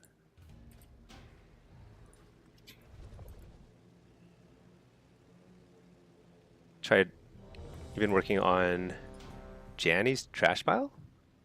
I don't think I've even heard of that. Janny's trash pile?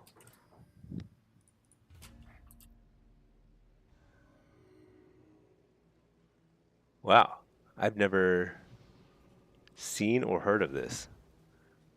A farewell to arms achievement? Put an end to the battle for Azeroth. So you have to do a bunch of battle for Azeroth stuff. Oh, you turn into a raptor. What? I've never seen this.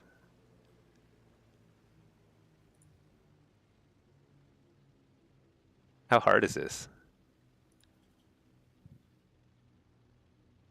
Are there like a bunch that are like really hard, or is it you just have to do all the content at mythic level? You have to slash love all the critters, okay? You have to do Mechagon. It takes forever.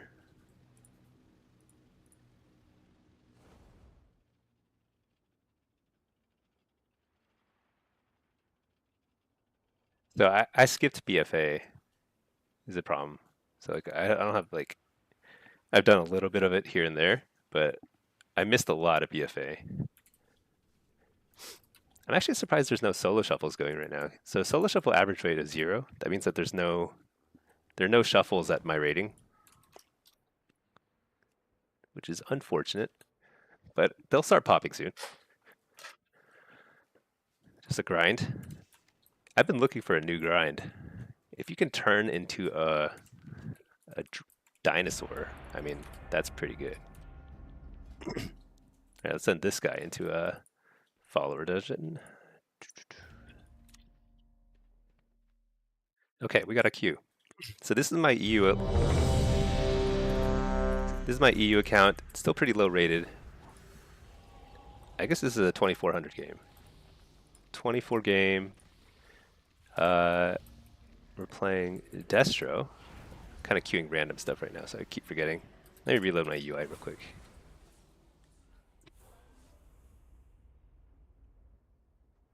Hi Sean, what's the best spec for Warlock for PvP?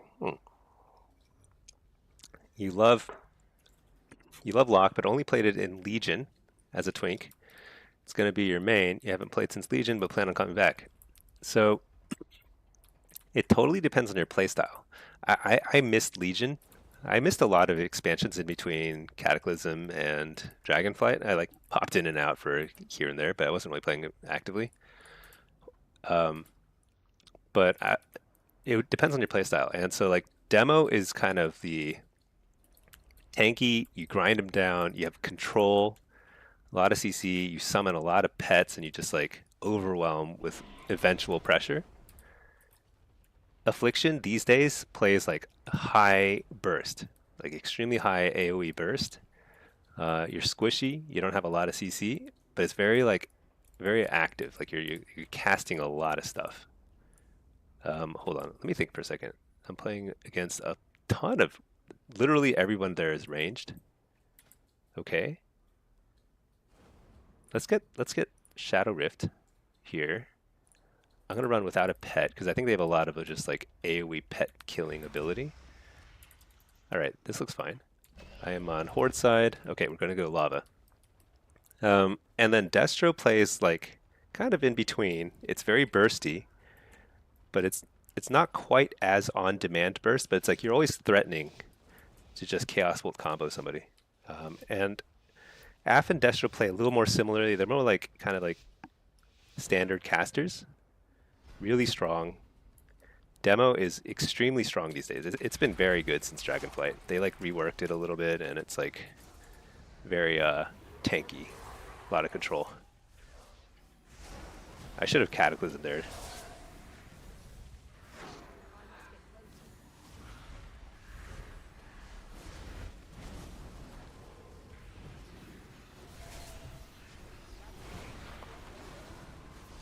So I like to pop my wall early here, only because that guy overlapped and interrupted somebody else, but you just want to kind of establish early control as much as possible. That means get casts off. So here I'm going to start spam slowing. What I want to do is get my demonic circle down there in the corner. And I'm trying to look for like an opportunity to just, oh my gosh, I missed 2 kicks now. That's okay. All good. But basically we're looking for an opportunity to Shadow Rift. Just like that guy just did. But I want to wait a little longer. Shadow Rift now. So I got a bunch of their Shadow guys out of there. The problem is I don't think it's enough because we're a little behind in terms of influence on this cart. Yeah, so we didn't win it. But you can see like I single-handedly got like half the bar. So Shadow Rift is pretty powerful on this map because you can if it's a pretty evenly matched cart and you rift them, you can actually like single-handedly win them without winning the fight. But we were outnumbered here, but that's okay because what we're doing is we have more pressure on the off carts. So if you're new to Blitz, there's 3 objectives here, and the goal is to cap as many carts as you can. I'm at the team fight cart, so Lava is the most valuable cart. It caps really frequently, a lot of points here. So I'm just basically this is like standard team fight stuff. Just trying to like. I'm going to try and blow this guy up, but I got spam stunned, so it's okay. If you're here, I'm playing Hellcaller Destro, by the way, which is really, really good in Blitz. It's probably actually the strongest Blitz spec for Warlocks. I prefer the Demonology playstyle the most, but this is really strong spec. Interrupt the healer. See if we can blast one of the healers. That would be very impactful. So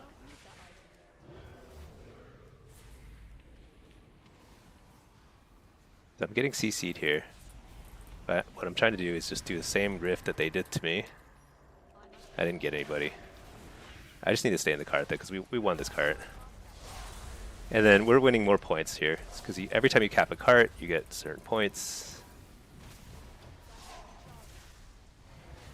And we're winning because they have more people here, but we're not dying. Like, our healers are doing a good job, and we're just like out pressuring them. It's not even outright winning the fight, but just applying enough pressure.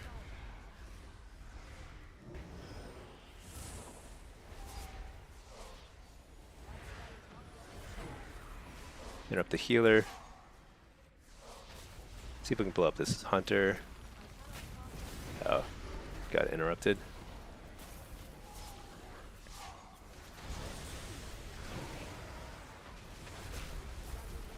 A nice spirit link.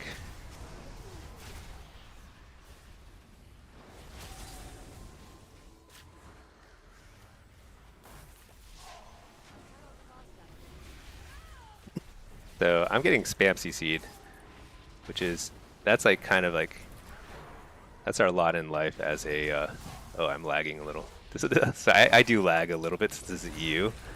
My internet is not the best. Yeah. Okay, that's not good. I'm like really lagging.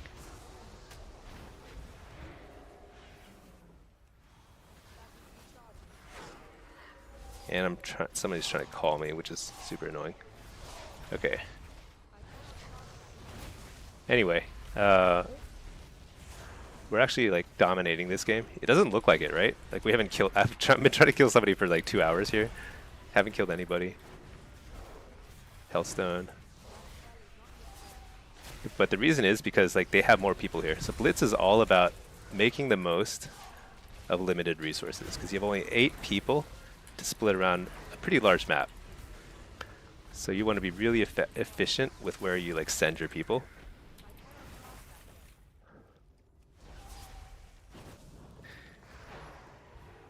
All right. And once you start losing people in Blitz, it can be really hard to catch up because your res timers are individualized. And so if you just appear on your res timer, you're going to be outnumbered. Like he should have waited before coming back. But that's all good. Hey Sneaky, how much mastery do you recommend stacking for Destra? So I recommend your first build should be purely haste versatility, which is what this guy is. And then if you're going to be playing, unless you're playing exclusively Blitz, in which case you can get as much mastery as you think you can get away with. If you're playing mostly team fights, you can actually get away with very little versatility. Just haste mastery. Do a ton of damage. Shoot. Just getting a spam CC'd. But I think I might be able to blow up this healer. Yeah, I had the Ritual Ruin. Oh, I didn't get the kill. Shoot.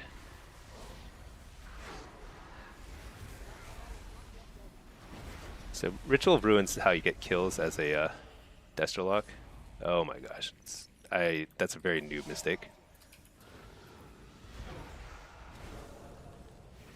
Alright, we secured the base. We're good.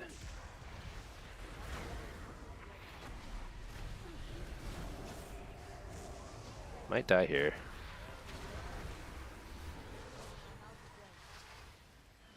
But we're doing okay.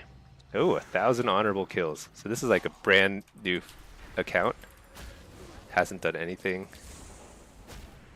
Uh-oh. I finally died. But I think we won this game. But yeah, I mean, I've been trying a lot of different mastery builds. I personally think you need 30% haste. Like, no matter what build you're running, you need 30% haste. Otherwise, you just cannot get your casts out. Like, you will not get your chaos bolts, and you're not going to get enough procs because you need to get shards from procking damage. So we win as soon as this card caps. It's all over.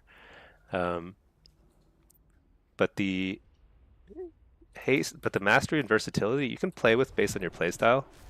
if you're doing a lot of blitz and just team fighting, stacking mastery is a lot of fun. Um, but if you're doing any sort of arena as well, 2v2, 3v3 solo shuffle, then I think you're better off just going haste versatility, and then you'll just pick up some mastery just incidentally, but you don't have to like focus on it. Okay, got a shuffle pop. So this guy goes right back into the dungeon. All right.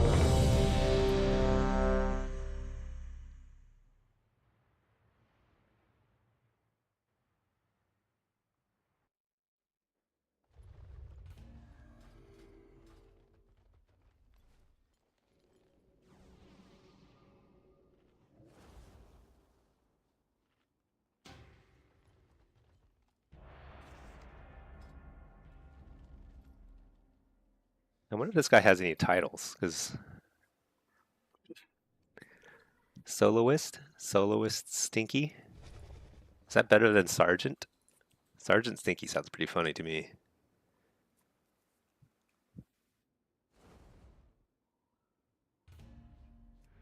Okay, this is a shuffle. 2470. Reload just in case.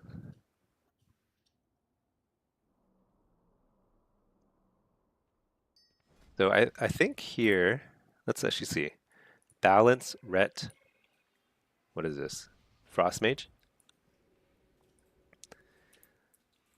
So it's 3 casters and a Ret is basically a caster these days. So I'm going to run Diabolist because Diabolist is way more fun. And I just did Hellcaller, so we'll mix it up a little bit.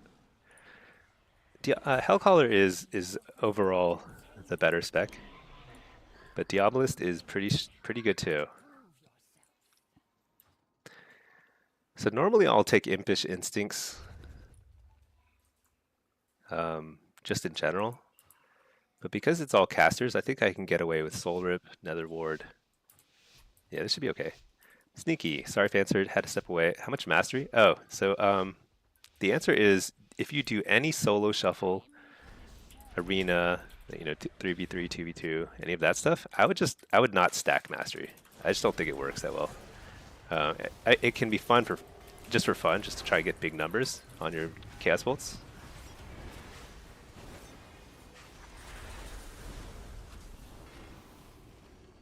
Oh shoot.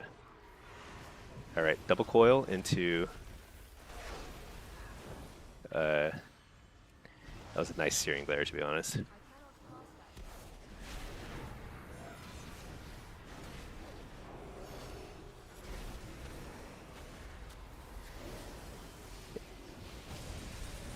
Fear the Ret. Got a pretty big Chaos Bolt here. Nope. No combo, but that's okay. So what I'm trying to do is I'm trying to spend a few more Chaos Bolts, or shards rather, and the goal is simply to get to my Ritual of Ruin, which is coming up soon. So I've got 11 shards saved up, so watch this. I'll just go blast, blast, blast, interrupt, blast, and do it again, and then, oh, he got a good searing glare right at the end. That's too bad. So then, rinse and repeat. That's kind of the playstyle for Destro. You just build up for your big combo. Nice, got the precog.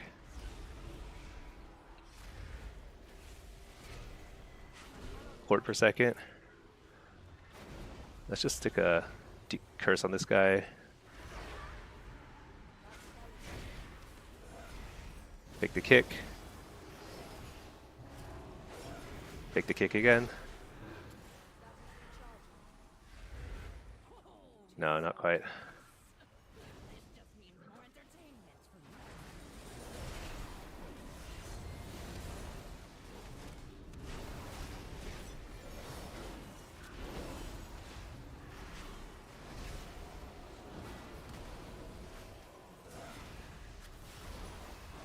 I actually thought I hit that interrupt, but sometimes on EU, some of my interrupts, I feel like it's a little delayed due to lag. Might not be that, but Okay, that time he did kick me. I did not fake it at all.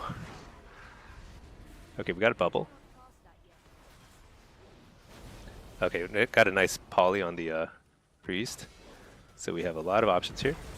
All I have to do is fake the kick. He's not even in range. Oh my gosh, he lived. So I fat fingered my interrupt there. That was actually pure fat finger.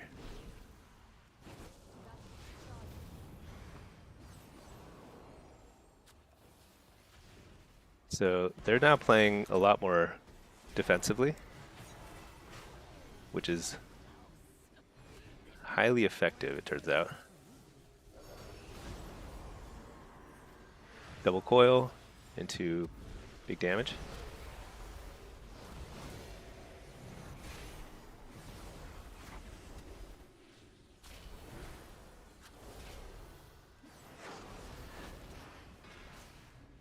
Shoot. Overlapped a kick in.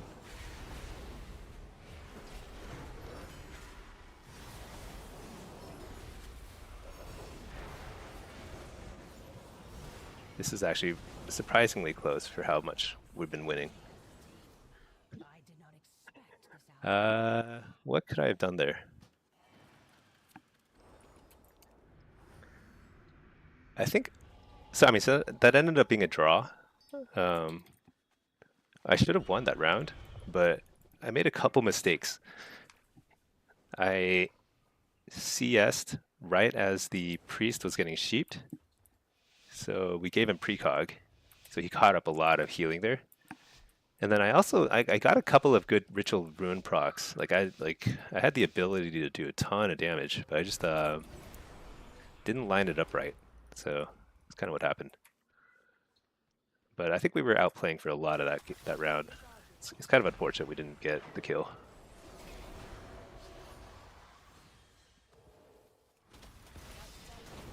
So when you have a team that's playing super scared like this, the only solution is simply to do more damage to them. You just have to chase, play aggro. So now they're pushing in. That's okay. Because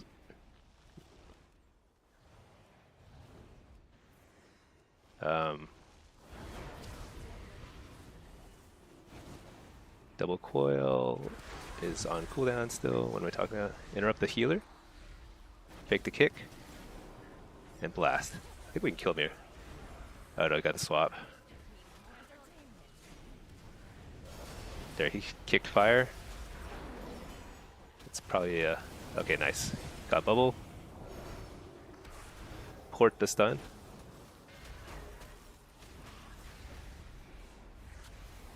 Oh, whoops! We just absolutely destroyed that cyclone. It's okay.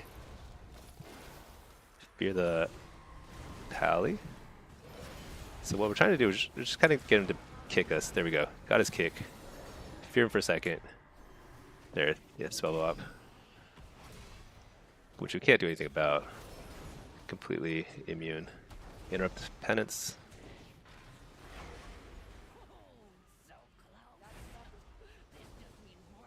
Alright, we basically have our pick here.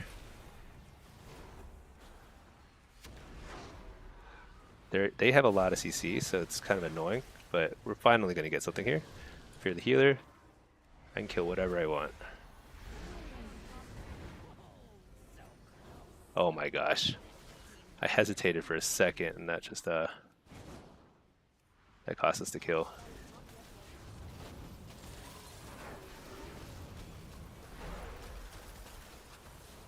Okay, what I do have though is Infernal coming up here.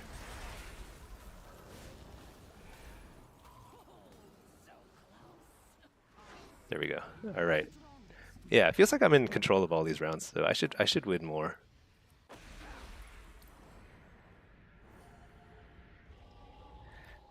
Sneaky. The only other thing I'll add about Mastery is if you exclusively play Blitz and you're doing a lot of team fights, then I would definitely get more Mastery and just give up a little versatility for Mastery. You can go down to like 20% versatility, get some Mastery.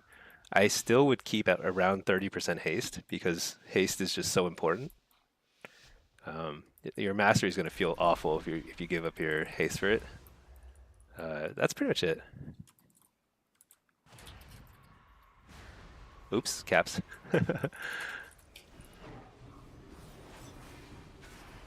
Okay, so this is tough. I actually wasn't even thinking, so I'll just eat the stun here because it doesn't really matter. But they have a...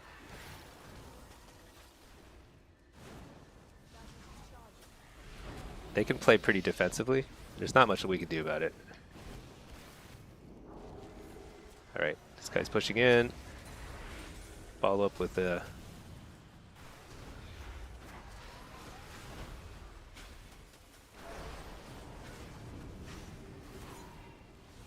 I think the best target is probably the mage. Health stone. I'll trinket that. I'm not really getting any good damage out. But again, doesn't really matter until I spend some more shards. So we're getting pretty close to getting our combo. So I should not have reflected there because that was a key part. All right, nice. Fake the kick.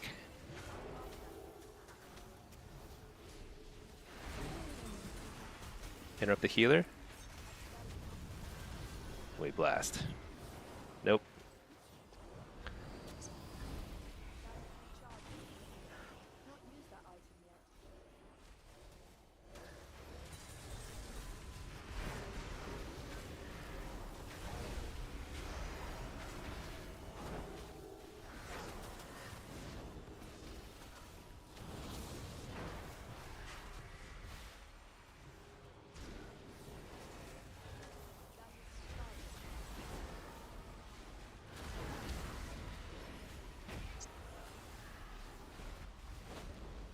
So this is not going so hot, but so I've used my major defensive cooldown because I thought things were a little hairy there.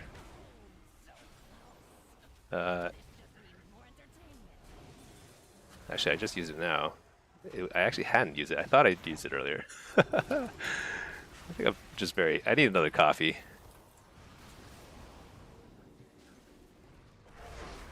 All right, we've got another Infernal. So this is our big kill window. He's gonna have to block here.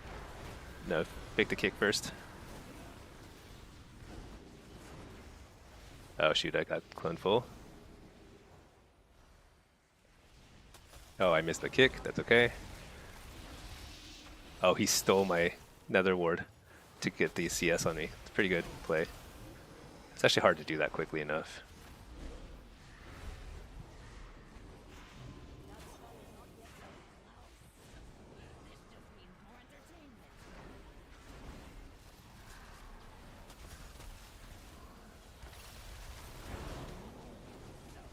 I'm actually shocked that we can't recover that.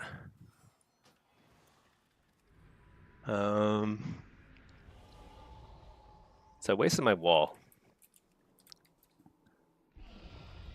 But that's a pretty tough comp.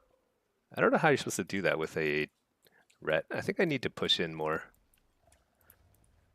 Because like they just had like a perfect triangle formation. Just absolutely impossible to get any CC on the healer. Occasional interrupts, but that's it. No way to fear him. Unless we kind of like get more aggressively positioned, perhaps.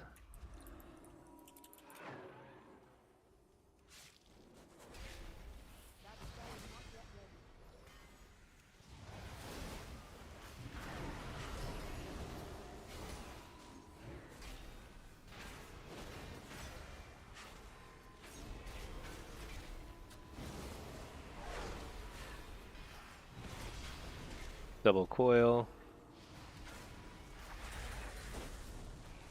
Let's blast this guy. Hear this guy.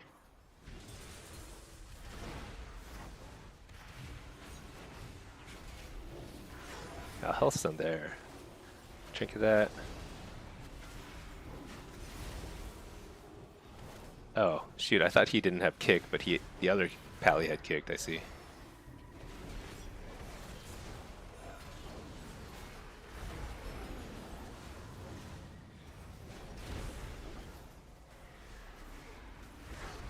Interrupt this. Can I kill him? So we interrupted Holy? Oh yeah, there we go.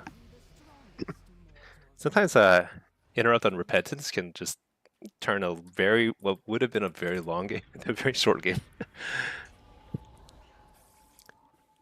Hey CB, playing lock is so annoying because you spend most of the match trying to fake cast or stay locked. Yeah, it's definitely not a beginner's class. I think you can. Let me rephrase. You can actually, even if you're getting interrupted all the time and you're just trying to cast whatever you can, you're just getting whatever you can out. It's actually pretty effective. So the baseline is not bad. However, it can feel extremely frustrating if you're trying to climb. To get to 2400, you need to like really figure out how to like weave in as much instant casts and like fake casts as possible, because it's pretty hard. When you're just getting like trained by melee all the time. Reflect a clone. Trinket that.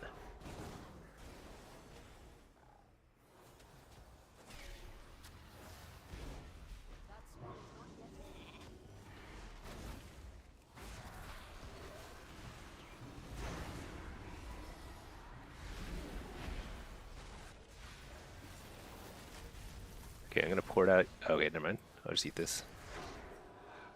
There's not much I can do about it anyway. Interrupt the druid so he can't re-clone. Do balanced druids ever get... They can never get Skull Bash, right? I've never seen that. I feel like they could get it, right? Oh my gosh, I'm lagging.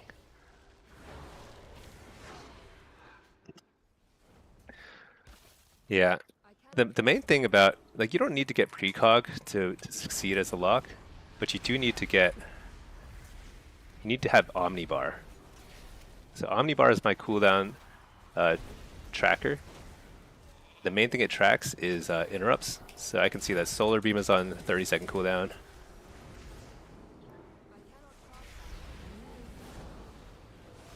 Oh my gosh, I just walked into that ring. But, which means I can like free cast for just a few seconds here. I am lagging. Look at that. So ridiculous.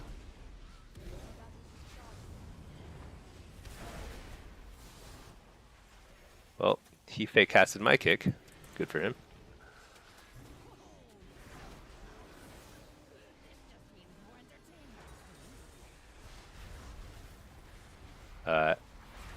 I've got to try and peel here a little bit.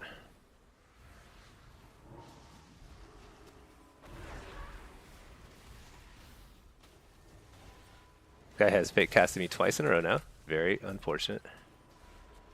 I'll trinket that.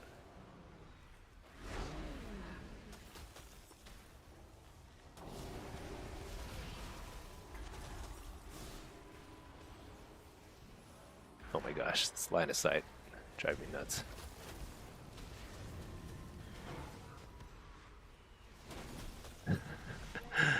Alright, we just blast. Oh my gosh, lag.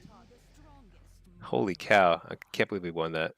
Yeah, 130 MS. Oh, that's right, this is my EU account. So EU account is just a little laggy, but we got the kill. It's on the class tree. Ballots cannot, but resto can. Yeah. Let me see. Talents. But like, can't you get it over here somewhere? Or something? Maybe balance cannot get it. Skull Bash, I don't even see it here. Yeah, because I guess they would always take it if they could. They would have 2 interrupts, that'd be so strong. What is this? The red's on the other team. Beam CD reduction? Yeah. That's right, which is really good too. I mean, Solar Beam is definitely one of the strongest abilities in the game. I mean, without entangling roots, it's pretty terrible. With roots, it's like just so nutty. Instant cast, ranged, 8-second CD or CC. Let me peel for this guy a little bit. Oh shoot! I should not have tried to combo him there. There's no point. Let's interrupt Frostfire just to slow down damage, get the more aggressive positioning. I just relay port here, whatever, doesn't matter. They're not gonna kill me.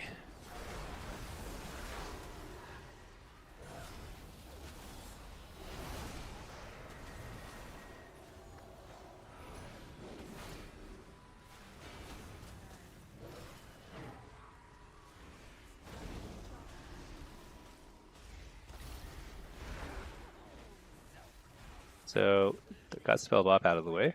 That's good.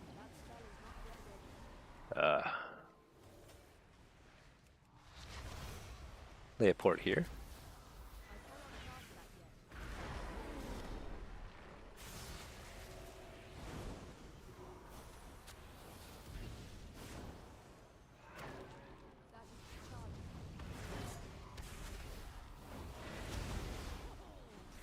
Nice.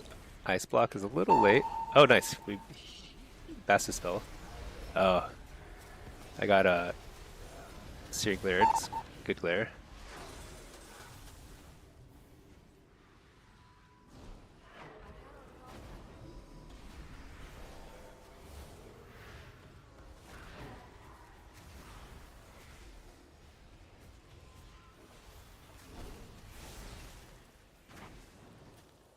Hear this guy?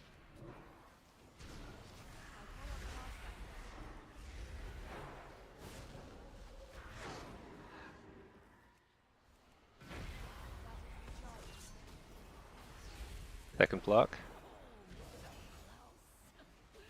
Our healer is under a lot of pressure, but... Oh wow, I missed my interrupt.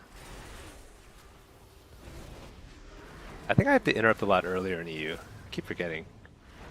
I just can't get a reliable interrupt late. Because if you can reliably interrupt late, it's way better than early interrupts. Nice. Okay, so we won 4. I think we just got Elite finally and on the EU servers. But yeah, that was a little sloppy. I think I could have won 6 in that lobby. Because when it's an all-caster lobby, red is not a caster, but it's basically a caster. And there's no mortal strike effect. Destro's kind of a ticking time bomb. Like sooner or later, I'm going to get a few Chaos Bolts in a row and just blow somebody up, you know? Okay. Oh, exactly. We got 2400. Nice.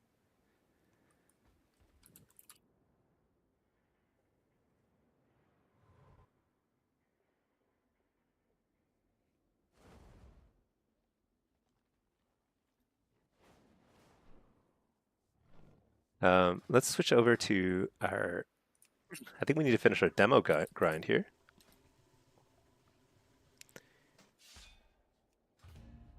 And then let's get this guy out of queue, and we can... Or out of the follower dungeon, queue up there. Just check our chat. Thank you, Burgoth. Yeah, 2400. Pretty fun. Hardest part was getting this guy geared. It took a long time. Sergeant Stinky. Took a lot of effort to get geared, but it's fun. Marco. Diabolist always seemed weaker to you than Hellcaller. So Hellcaller is better overall. It has higher overall throughput. You can't get shut down. You can't get kited because you can just instant cast Wither. And Malevolence does a lot of instant cast damage. So Hellcaller is very good. But Diabolist does more burst. So if you are able to line up more Chaos Bolts in a row, you're going to do more damage with Diabolist in that, 3 or 4 second window. So I have had similar levels of success with both. So I wouldn't count out Diabolist right now. I think it's pretty good. It's looking like Hellcaller is better in Season 3, but right now it's Hellcaller is definitely better. I mean, excuse me, is a little bit better now. It might be definitely better in Season 3 just based on the tier sets. But right now it's pretty even. However, in big team fights and in highly mobile situations where you're needing to kite a lot or you're chasing somebody down, Hellcaller will definitely be better. So when I play Blitz, I almost always play Hellcaller. But threes and also 2v2, Destro Diabolus is actually pretty decent. You bad. With Blizz saying they will be banning these add-ons, you don't know if it's wise to rely on them when learning PvP. So there are two things about it. The only add-on that I think I will miss is Omnibar, which is the cooldown, or rather the interrupt tracker. The thing is, the game is essentially unplayable for casters without it right now. So Blizzard is going to have to do one of two things. Is either they need to implement the kick tracking in the base UI when they delete that add-on, or they need to rebalance casters and make them stronger, because right now, especially with how short the cooldown is on kicks and for a lot of classes, it's I don't think you would be able to play caster at a high level without it. I do not know of a single caster who's high rated who doesn't use Omnibar. You don't need anything else. Like I have this weak aura here. I don't think they're actually breaking this. This is just a cooldown manager. This is going to be the same. It's just like I could replace it with my bars. I could set up my bars to look the same. This just makes my UI look nice. I like the colors and everything. Again, it's not a big deal if I have to use base UI. Gladius, I can use the base one. Diminishing returns, I don't really care that much, because like if you play a lot, you just get a good sense of diminishing returns anyway. It's not a big deal. The only thing that matters is kick tracking, and I think the game is going to be so heavily in favor of melee and hunters that they're just going to have to buff casters a ton to compensate. So I don't know what's going to happen. I would still use it now because it's so important. And I think Blizzard will have to do something about it before they disrupt that flow. I think. I don't know. You never know with Blizzard. But they've been actually pretty good about balancing lately. Not the best. They certainly don't balance for 2v2, which is a completely broken bracket right now, but they balance decently for Solo Shuffle and Blitz. It's pretty rare that you see it. Like, in the past, you'd have classes that are totally unviable for an entire expansion, that doesn't happen anymore. Like that sort of situation is like no longer the case, which is good. Thank goodness. I'll put this guy in a follower dungeon because it looks like this is going to pop. Imagine all casters had an instant cast disarm that worked on melee every 20 seconds. I mean, they could try and change precog, make precog an active use so that you can be like, all right, this is now when I want to do my Chaos Bolt combo. I don't have to play the precog mini game, mind game. That would help a lot of players. It would nerf me. I think I'm really good at getting precog when I want it, but that would be a decent option. Is give people an on-demand precog. That would actually be a pretty decent solution. It would allow for a lot of skill expression, but it would need to last a little longer, I think, to compensate, because I get precog a lot. Okay, this is my main account. This is a 2300 Destro, so pretty straightforward. A ton of melee. Shadow Rift, Soul Rip. I'm gonna play no pet here. I think I probably want to run 20% verse, a little extra mastery. Still running a lot of haste. Actually, you know what? I'm gonna run haste verse. I think that's probably safest here. So much. So 36% verse. I'm like pretty tanky, but just looking at this comp, this is like, I'm gonna get trained for sure. Okay, we're gonna sack the pet, and we're good. Horde side. I didn't really check, but Destro is probably one of the worst off-cart specs that I just like I'm not even gonna think about going off-cart. So.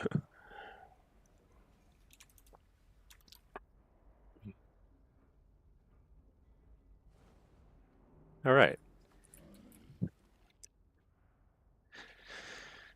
kind of funny we got this BG twice in a row. I guess like I should probably pay attention, but I think there is some sort of pattern. Like there's probably like favored BGs every week. Like certain weeks there's like this is the one that's like popping all the time, and I don't know. Who knows? Destro's good at all the BGs, so it doesn't really matter too much. Interrupt the healer. Let's get down a pretty quick Infernal. Wall, so I can just blast. I'm gonna trinket that.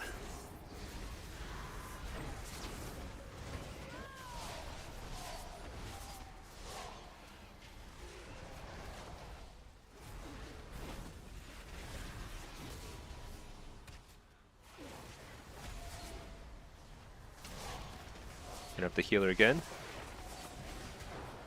Let's focus on the bouncer this time. Big kick. Fear. Big kick. Nice. And blast. Get him. Alright. 2 down. I think we got 1 lava pretty handily. Double coil. Might be able to get the healer now. Nice, got him. Okay, so we've cleaned up pretty well here.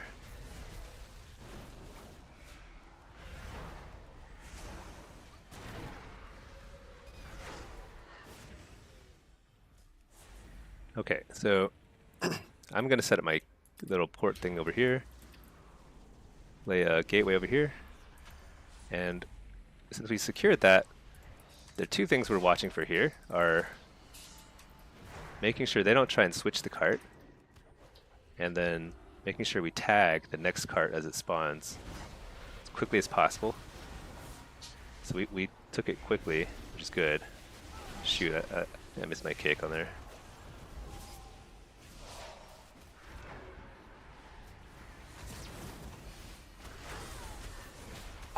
Take the kick, fear, and blast.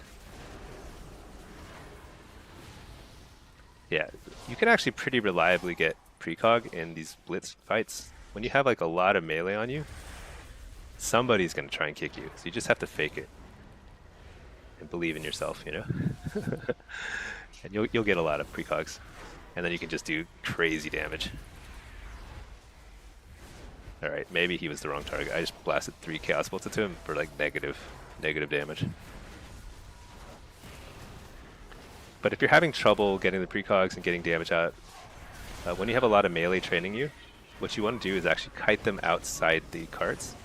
So like, I'm just going to pull them out here. So they're not really influencing the cart. Also, if you die, you want to die outside the cart. You will, if you die within the cart perimeter, you lose a lot of influence. Your team will lose the cart very quickly. So you want to make sure you die outside the cart if you can. It's better not to die, but sometimes it's just not. It's not up to you. It's totally up to your healer.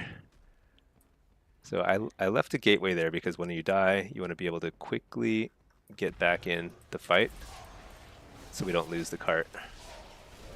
Nice. That was close. Stun these guys. Slow them all. I missed the kick there. It's a mistake.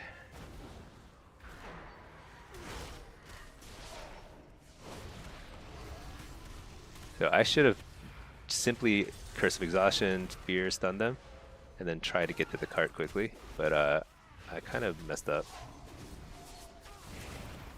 The rest of my team, though, they knew what to do. Hellstone.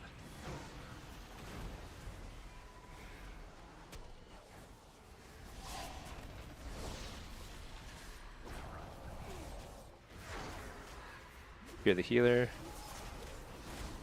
Dang. Infernal.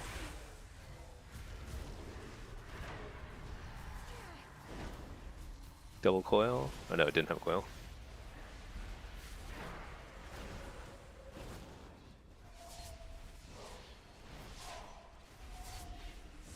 Interrupt the healer. Maybe we can kill the healer. Oh, this is nice pummel.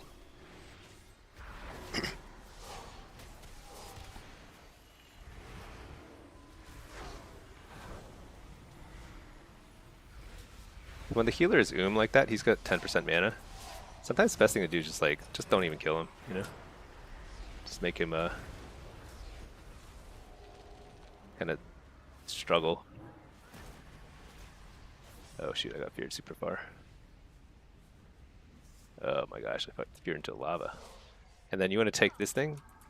I mean, it's actually better if your own healer gets it. I probably should not have taken it. But you just don't want to let their healer get it so that he can reset his mana. So this guy's like, he's struggling, you know? I don't even have to kill him. He's just having a bad time.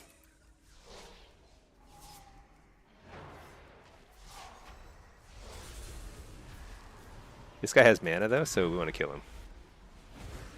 Interrupt the other healer. Yeah, so we killed him. Now we can just kill this guy. Just clean it up. I think this game is pretty done.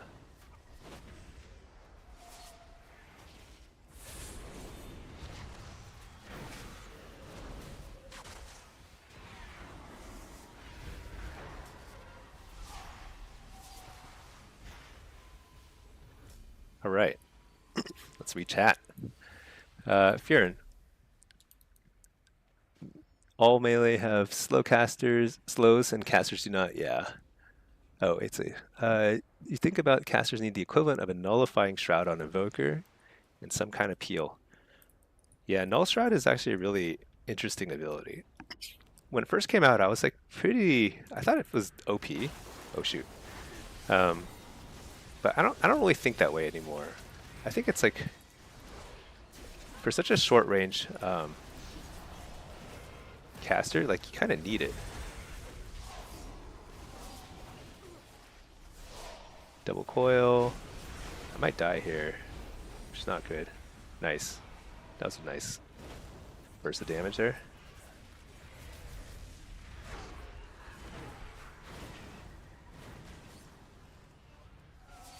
Alright. Secured the cart. Let's get out of here. But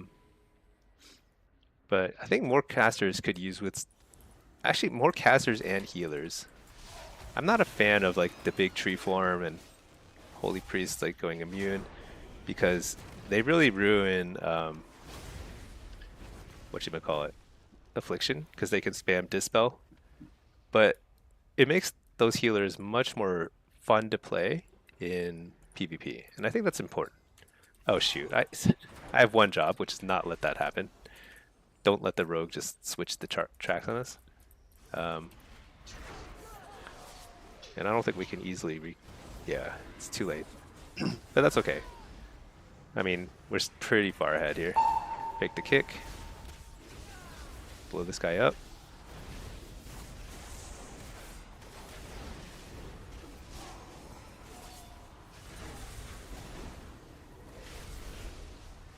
So that rogue did the right thing, which is switch it. I can't switch it back because I have bleeds on me.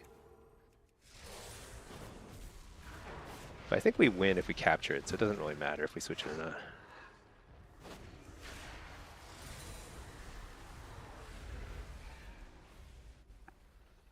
not.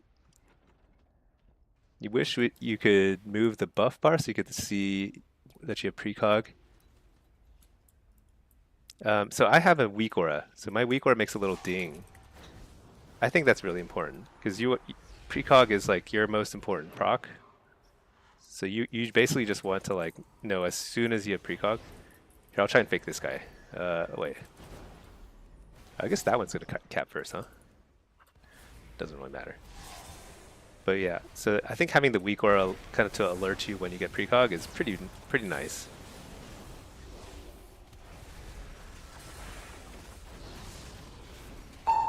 Yeah, I have it now. You hear the ding, and I have the precog aura. So that lets me know, okay, now it's time to like just go ham.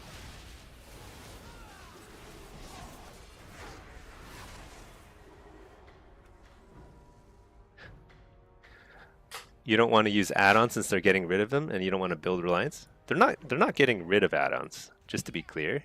They're getting rid of add-ons that depend on the combat log to track enemy cooldowns. So they're getting rid of a lot of stuff like diminishing returns trackers or or like things that track when your enemies use their major offensive cooldowns or whatever. Um, did I just miss this one? I think I just missed it. Shoot. But it's a lot of add-ons are still going to work, and I don't even rely on a lot of. I don't track DRs. I don't track my enemies like big damage cooldowns.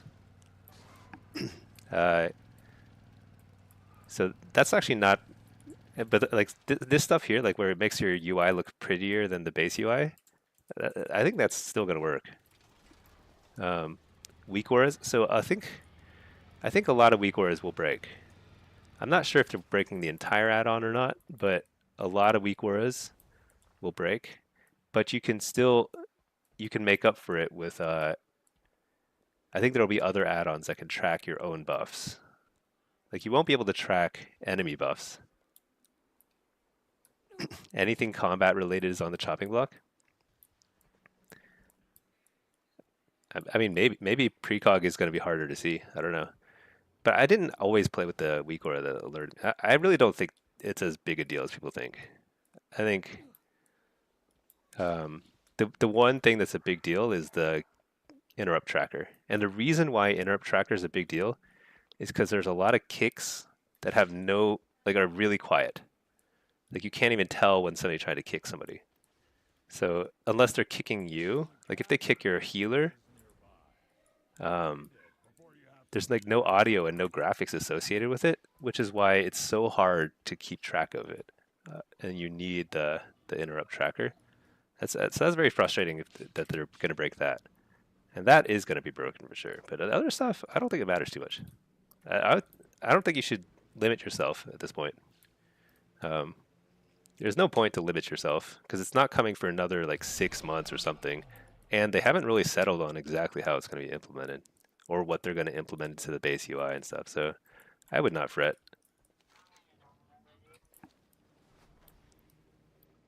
If you don't think it's a big deal, turn it off, play. I definitely could. The problem is I would need to set up my base UI. So what I would need to do is I would need to set up bars right here.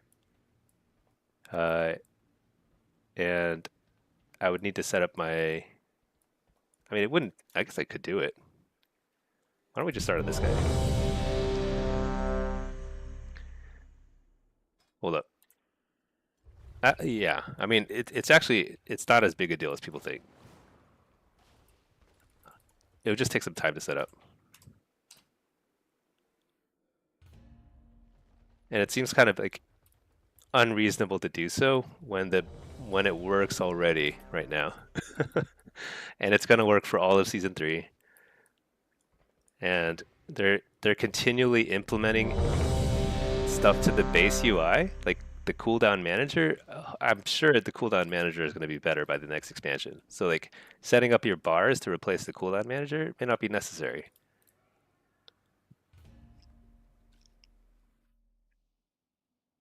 Anything combat related is on the chop. So I guess that could be a big deal or not, depending on how they implement it. Like if nothing can read the combat log at all, then like does that break all their? I mean, there are certain add-ons that I think are pretty important for healers, for example. So healers need to know when certain dispellable buffs, debuffs, are on their targets or their teammates. And that's very important to know super fast. Oh wait, hold on. I need to pay attention. This is my affliction. I've been messing around with this different build. Oh my gosh. What build do I have? Why can't I move? Oh yeah, I turned on walk by accident. All right, we're good. Oh, I'm playing Hellcaller. Holy cow! All right. So I've been messing around with a lot of stuff,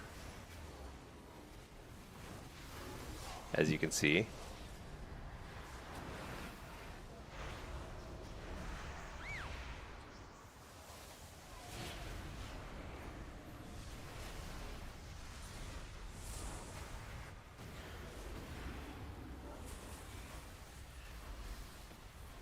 So this is not the ideal build for Solo Shuffle, for sure.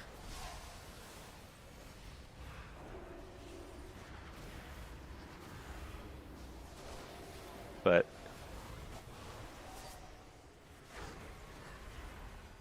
that's okay.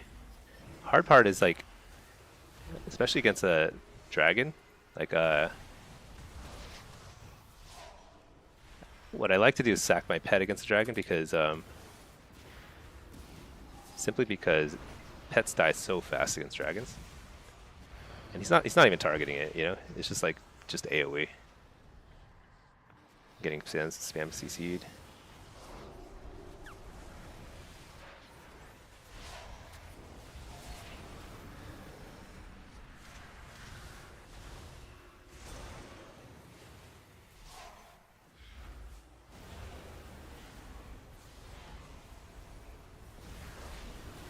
Recog.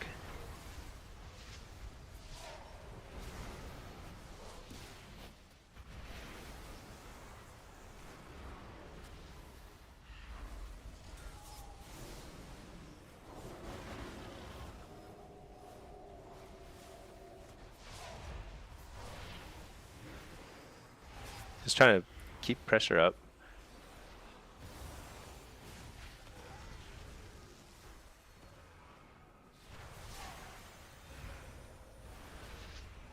Got a minute on my pet, that's okay.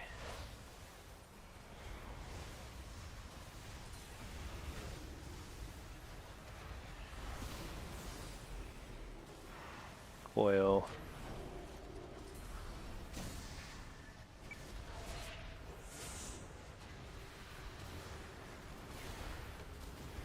Dang.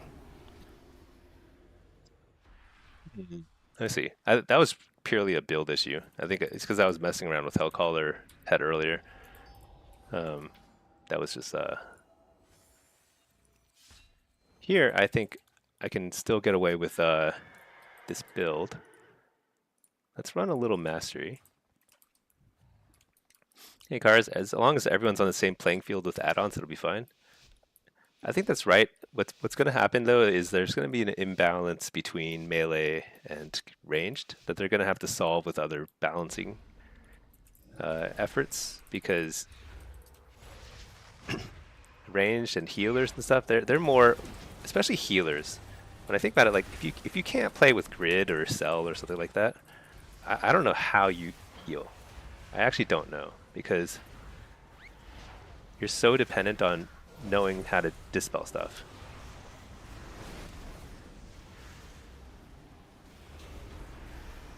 So right now I'm just pumping damage. Interrupt that.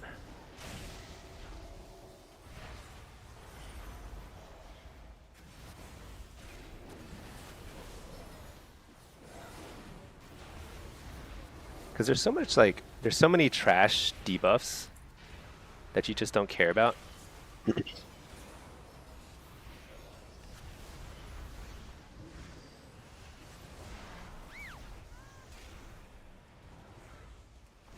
gonna wall here.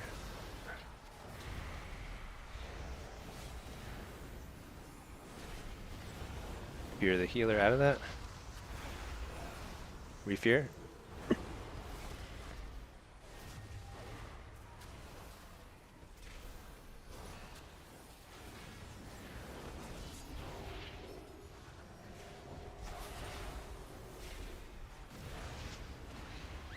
So I actually have a lot of damage here.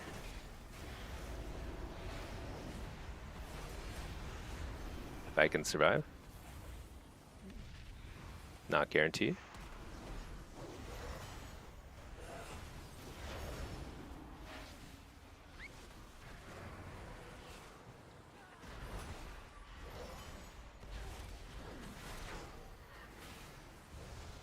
Dang. Didn't get the kill.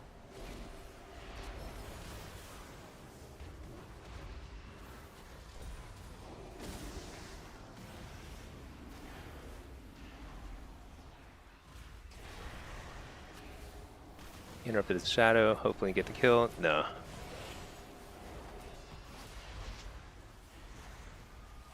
dude, I've been pressing the wrong Take the kick. Is it?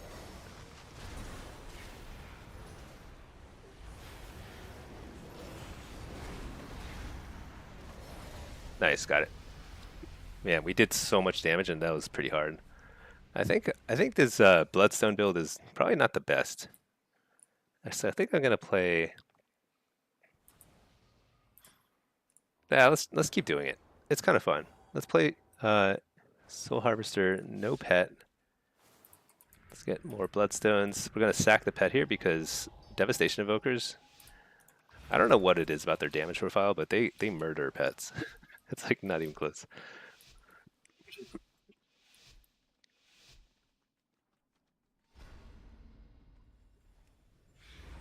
Excuse me.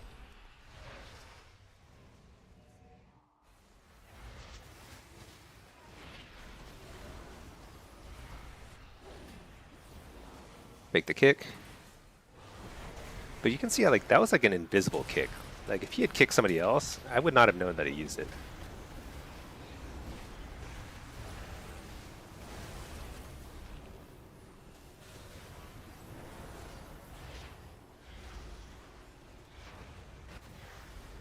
We're just doing crazy damage.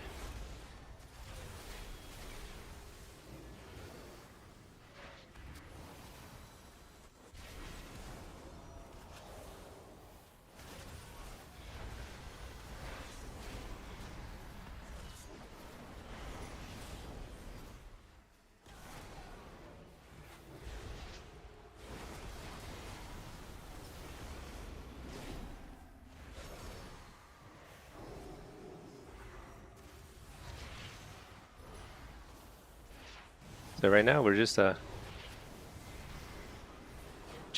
doing so much damage. It doesn't even matter who you hit. You just do so much damage. Their healer just can't deal with it. Pack, they need a way to let us filter what buffs and debuffs we can see on the screen without weak orders. That's all they need. That would be insane. Just a little customization of the buffs. Simply because there's too many trash debuffs. Like I just don't need to see all the debuffs on somebody. I just need to see like a couple key ones. That would help a lot in terms of making the game be more playable.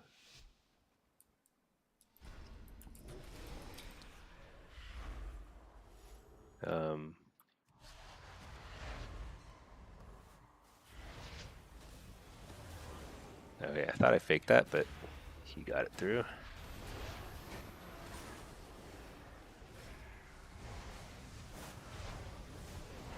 We're still kind of setting up. All right, big damage.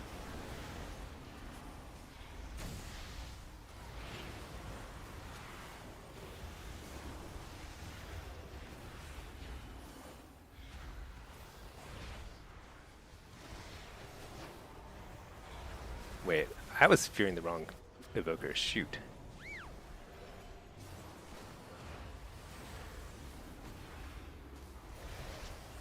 Common issue. Wall.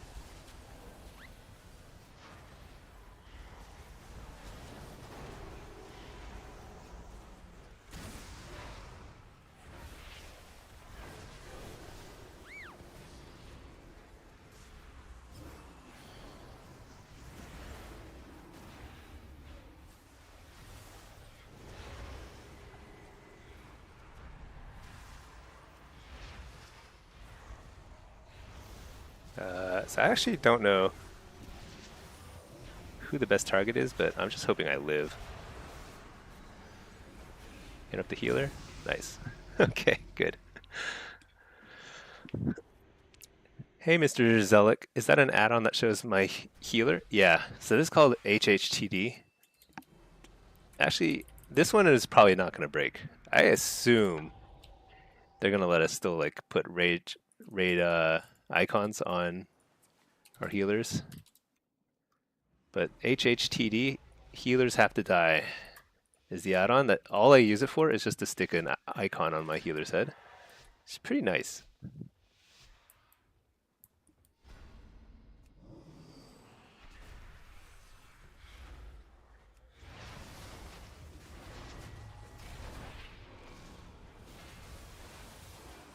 Alright, got kicked. But we're just stacking up our buffs, debuffs.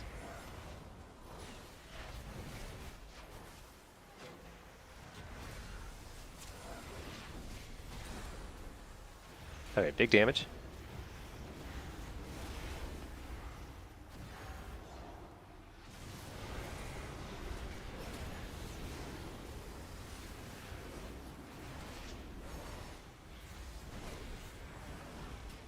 Think of that. Coil.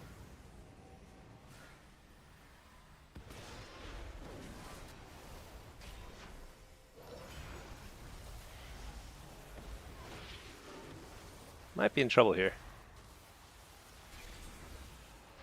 Fake the kick. Right now we're just trying to get past the healer's bubble.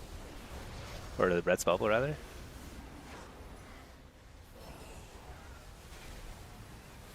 I'm going to save up a few shards. Not too many. Oh, nice. Spell block. That's actually really nice. Because we weren't really trying to get a kill there. Here we just have to get an interrupt. Oh, it didn't get the interrupt. Dang. That went from being an easy kill to not so easy.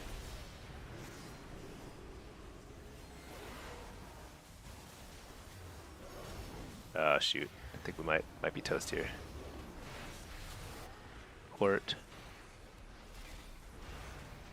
Coil. Oh, nice. Got the interrupt on the healer.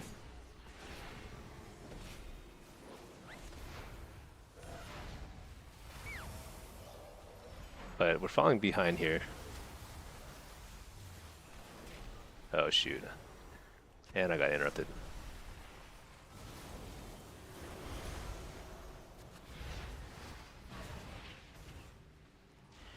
Interrupt the healer? Or the sleepwalk?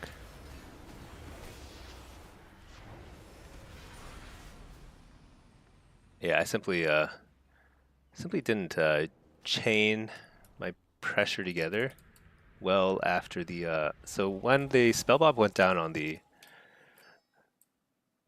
this guy, I think I had an opportunity to try and line up a kill after that, but just didn't like have the momentum.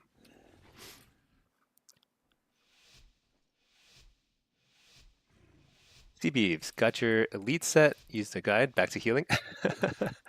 Congrats on the elite set. Yeah. I'm congratulations, it's awesome. I feel like it's pretty impressive when people just like quickly get it, even with the guide, like even the guide that like walks you through the exact build and everything. It still takes a lot of effort. It's not easy. Okay, I am getting controlled.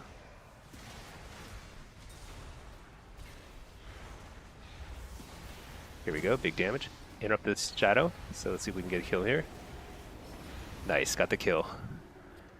So sometimes it's better to interrupt the dispersion, so they can't disperse rather, and they can't shift.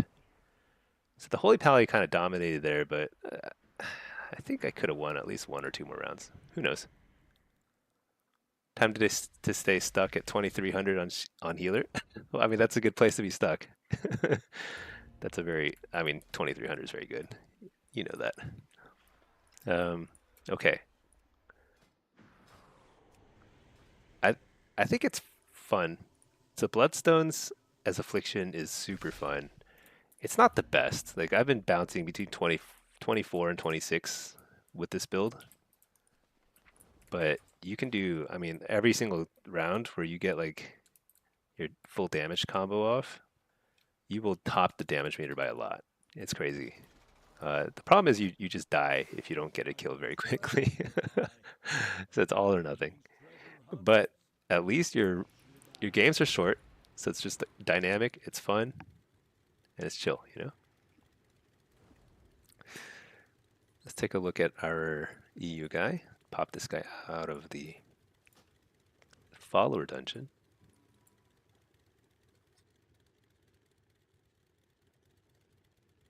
Let's see, Fearon. When they axe add-ons, it's going to be fun times because everyone that is reliant on them is going to suck. I think you. I don't think that's right. The only thing you really wish you had access to is better target highlighting. Found a few add-ons for it, but they're very distracting. Target highlighting? Oh, you mean like nameplates? I don't. I think those are still gonna work. I mean, surely like the appearance of things, like making stuff look nicer. Surely that'll still be functional. Like Plater. That's not relying on the combat log. That's just like it just changes the graphics associated with the nameplates. I'm sure those are going to still work. So you can use Plater now, and I'm pretty sure it's going to work after they change the combat log add-on stuff. I think you're overestimating it. Like a lot of gameplay, it's just made nicer when you can clean up your UI a little bit, like hide your bars and stuff. Um, Actually, bar hiding is probably still going to work too. I don't know. I don't think it's going to be as big a deal as you think. There are a few things that will be a big deal. I am just not willing to play without interrupt tracking right now until they solve for that. Okay, this is wait, what account is this? So that's my EU account. Send this guy into a follower dungeon.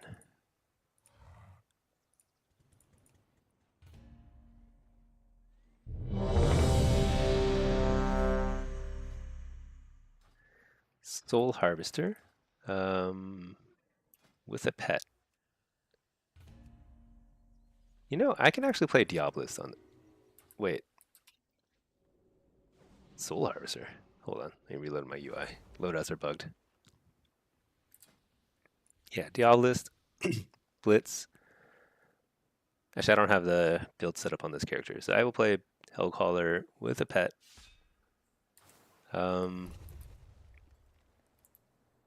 This looks okay.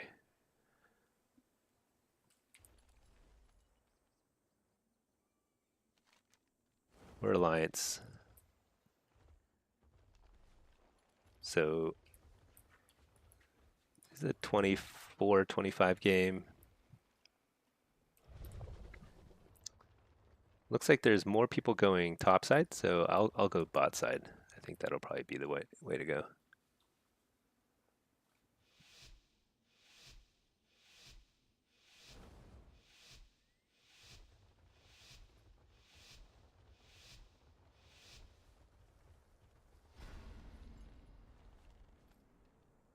Yeah, I think PvEers will be affected a lot uh, by the combat log changes or the add-on changes, but basically only at the very high end of play. Because at the low end of play, it doesn't really matter, you know?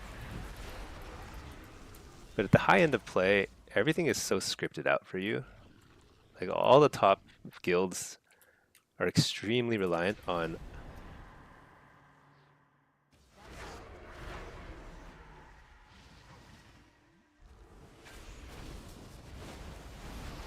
but right now, all I'm trying to do is simply buy time, because I'm not going to win here. So I captured the base, which is all I needed to do.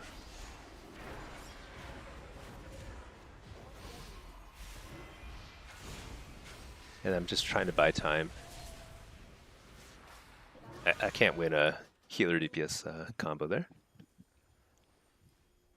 And let's see, res timer was shrine uncaps. So I will actually res here, and then I can contest the shrine again. So looks like the healer left. I bet the druid is still here.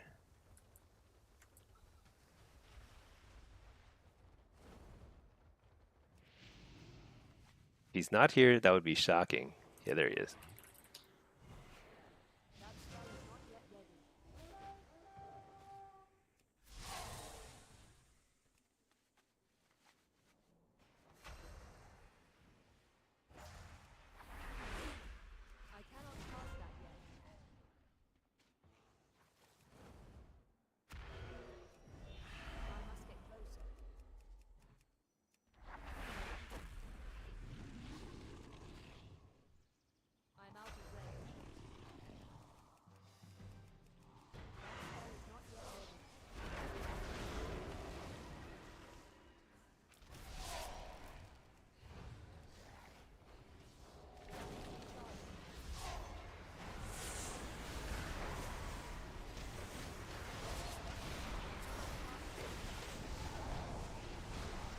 So there's no good targets here. And we still don't have a healer. The positive is that they sent 4 people to take Shrine. So they got it. But that's a huge commitment. So they lost 3 bases in the meantime. Probably, we'll see.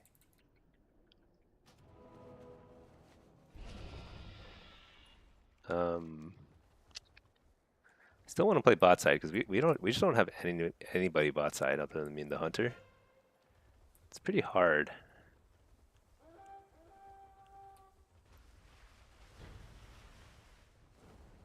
That was actually pretty close. I wonder if I should have run straight here.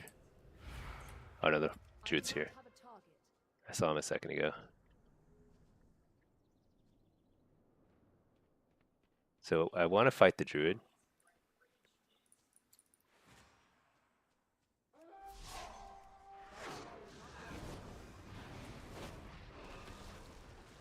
Because this guy knows his job, which is just to delay until his healer can come here.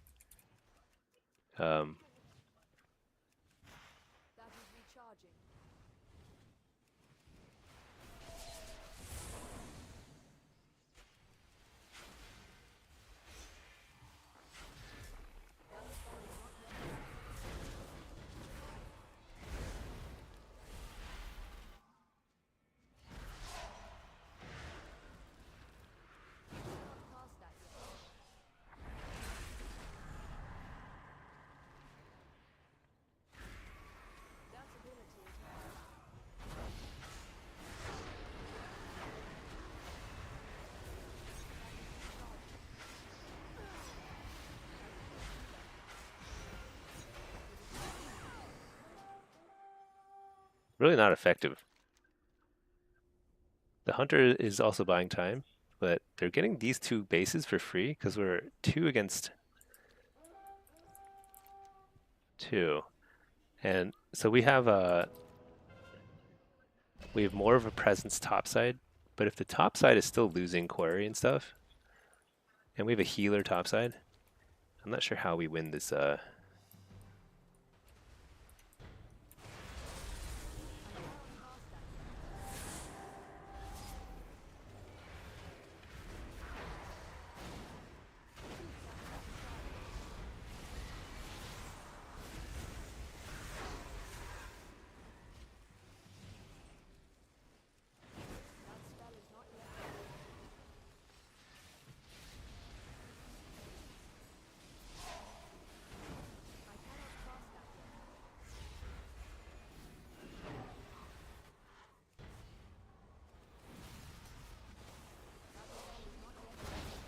Alright, so we actually killed them. They shouldn't have died. Actually,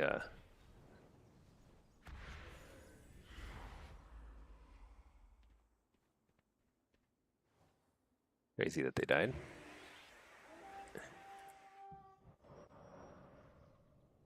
But that only helps if we can make something of it.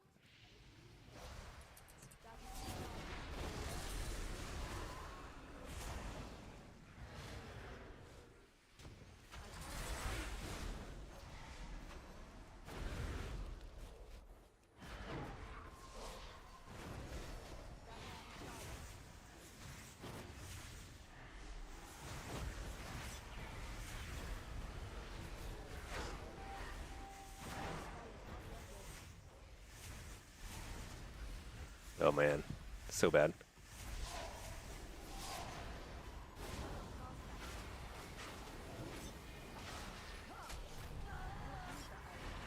I need to.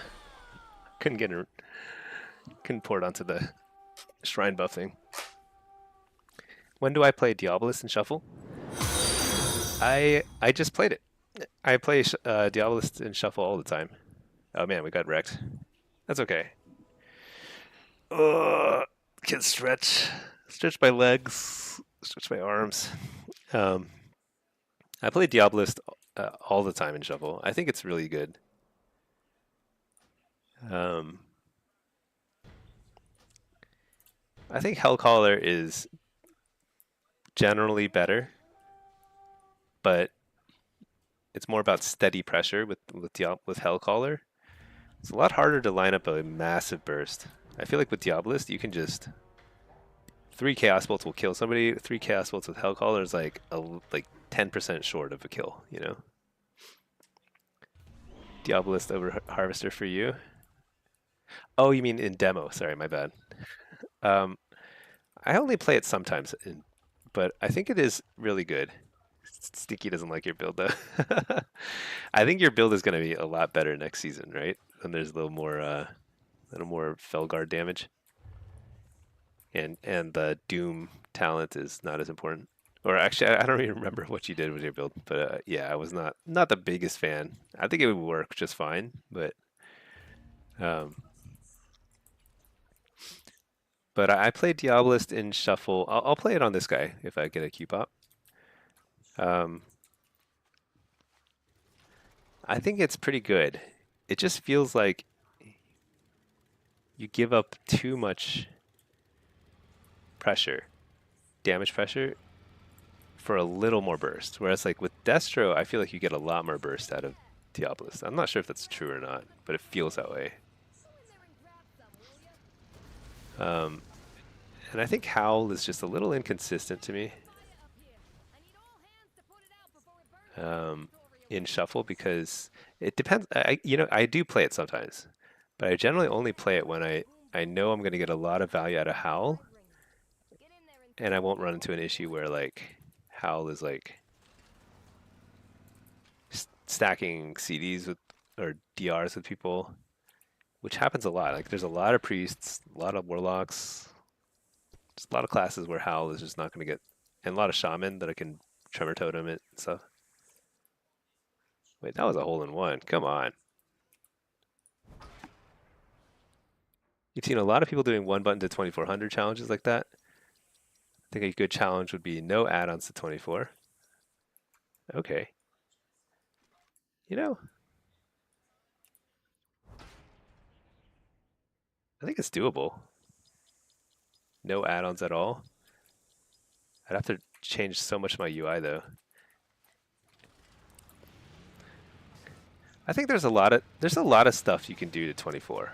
I was thinking about it the other day, like what other challenges might be fun to watch. No add-ons is a good one. I'm gonna take notes on that.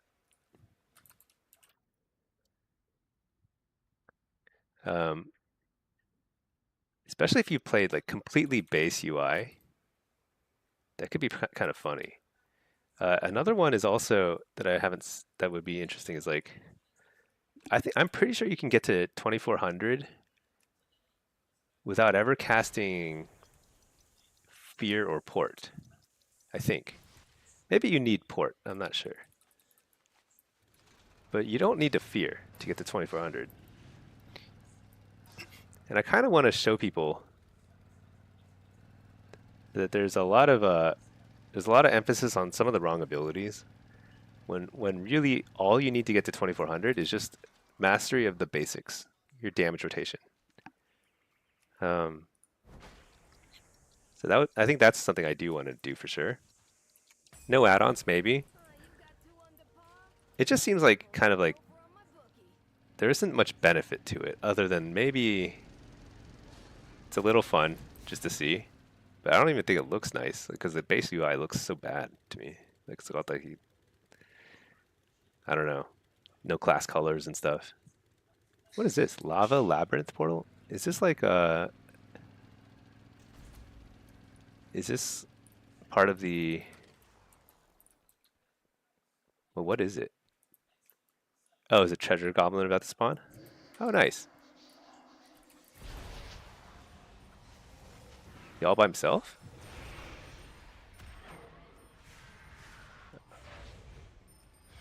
Oh, I've never been alone on treasure goblins.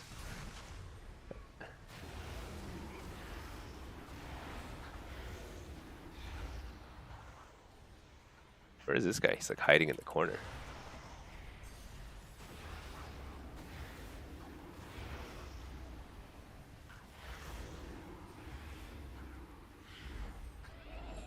Nailed it. Whoa, I got a lot of loot. The thing is, I already have the mount, so I actually don't need to do this stuff at all.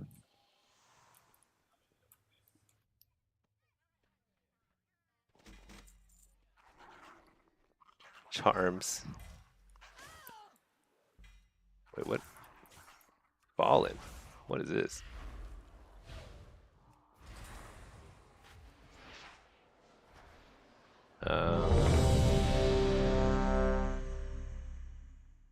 Okay, this guy goes into a follower dungeon.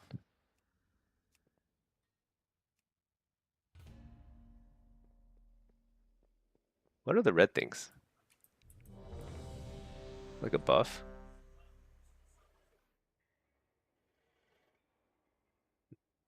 Oh, oh, I got a toy. Oh, what? It's a Hearthstone?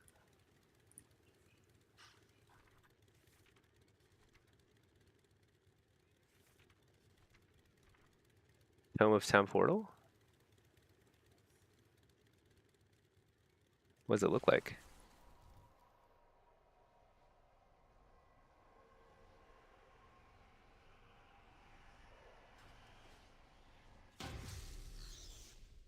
Eh, looks like a Hearthstone to me. I guess it has a little portal scroll. That's pretty cool. Okay, I'll take it.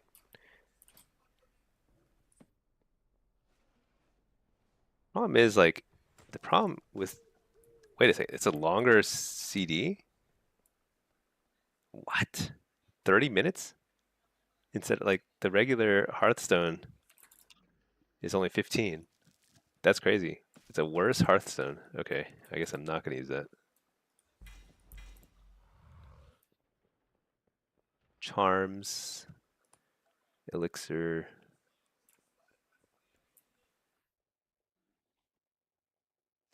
elixir. I don't know what that is.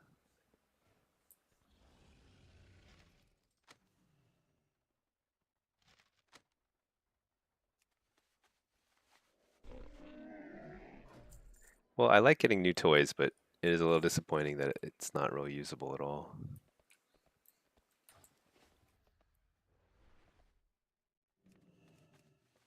All right, I got a quest I can turn in. But yeah, I got this charger from the goblins. It's pretty cool. I think it looks cooler than the Tyrael one.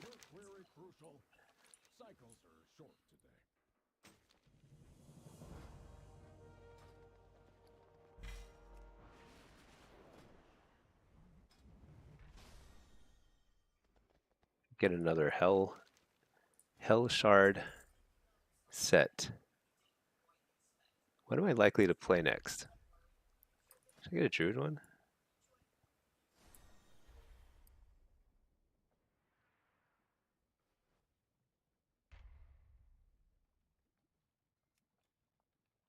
Warlock, I have. Shaman, I'll just get a druid one. I sometimes play druid.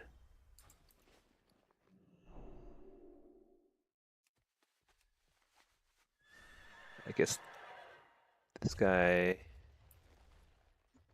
Yeah, I'm still in queue. Okay. Let's go back to Undermine. Finish the Undermine grind.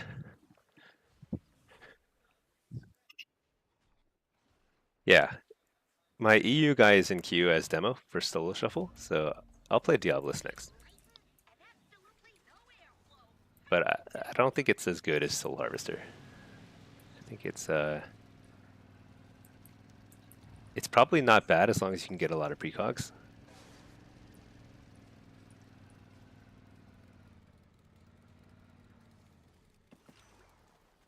What do I need to do here?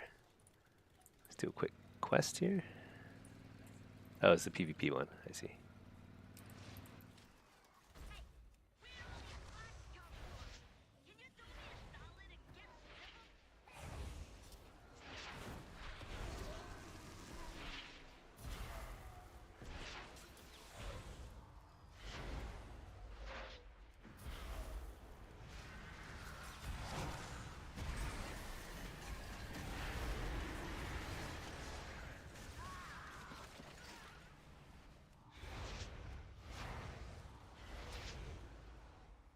Dot him up. Blow him up.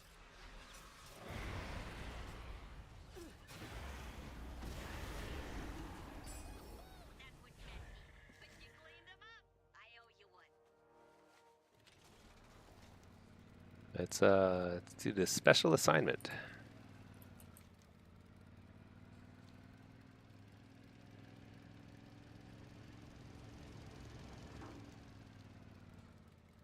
We got dark fuse coming in hot.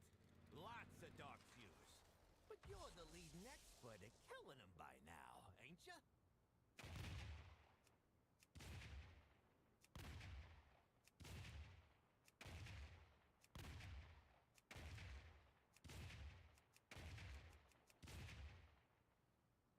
This is honestly such a weird quest. The fact that they don't react at all, like they don't start running around or anything. Like this guy is like totally unfazed. It's like all 6 of his friends just got murdered in cold blood. Just no idea.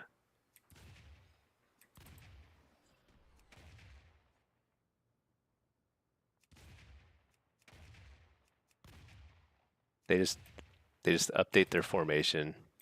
Like, oh, it's kind of like the old like Revolutionary War. British soldiers just line up, you know, just take it in. Truly courageous.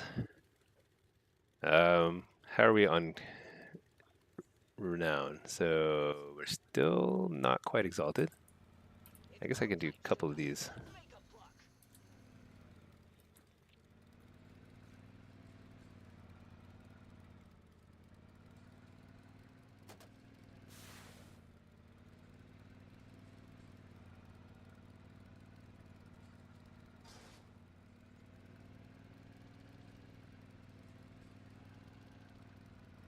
Where am I supposed to go? What am I doing here?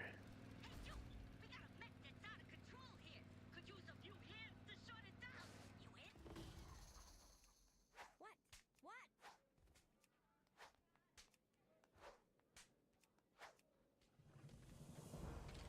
You did the job, and you didn't total your car.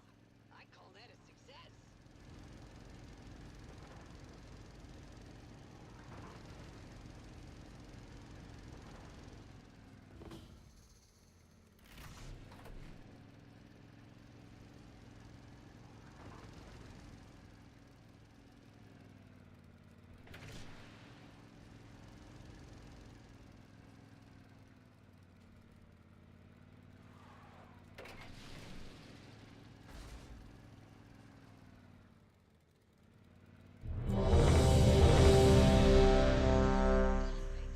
You make sure I got my cutting tip, right?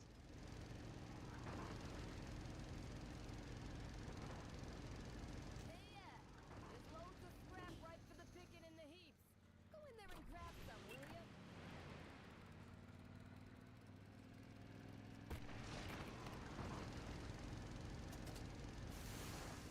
Great work, Toots. I hope your cut's enough to pay all your traffic tickets.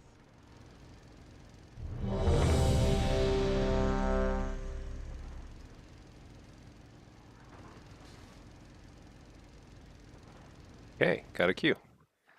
This guy will go to the follower dungeon.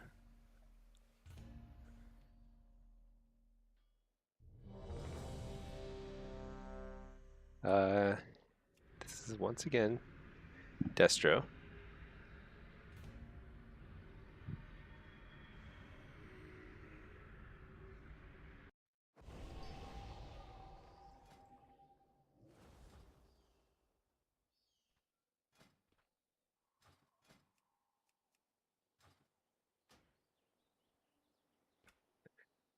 Let's see, which add-ons would I really miss? So don't care about this one. Auctionator, faster loot is, I mean, it's nice, you know. Reporter, this is nice for stream viewers. Playable without, you just have to hit your map button. Ability team tracker, totally don't need that.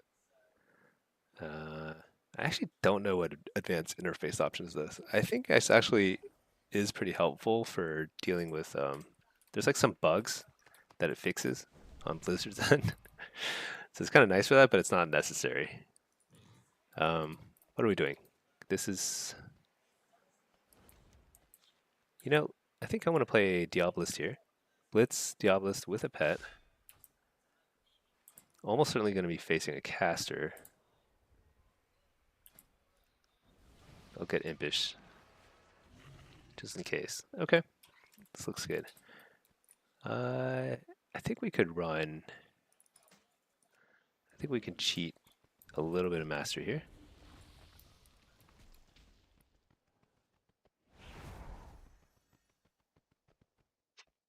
But I think this is likely to be a situation where we just get stuck. I just get stuck in a 2v2 without anything happening. So we'll see. Clinton, do you think it's worth the swap to Orc from Undead for the extra stun resist? So whether it's worth it or not is totally up to you. Because I mean, it costs like what, $20 or something.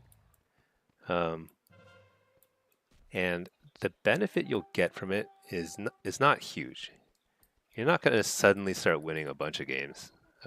It's not that kind of thing. Oh, they sent 3 here. Actually, we sent 3. Am I supposed to be here?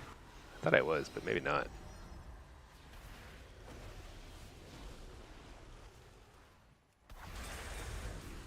I've got to get some dots up. Double coil.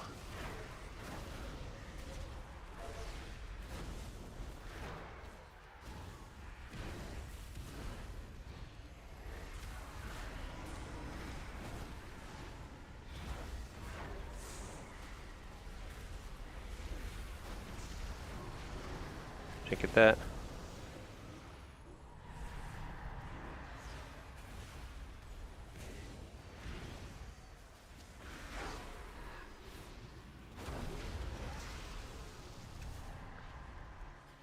Up the Chaos Bolt. So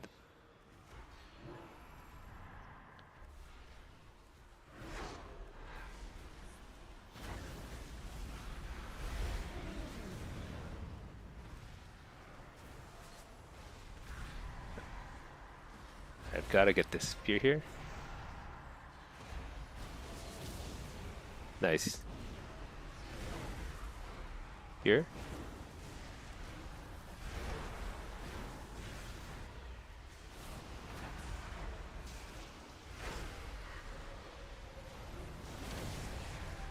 Need this mage to start fearing this guy a little bit more.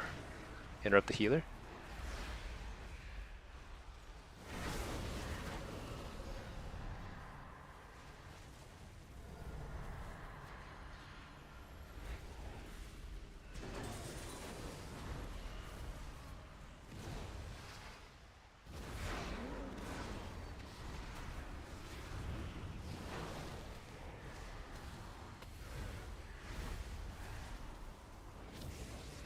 Alright, got the kill. I think I can kill this healer actually.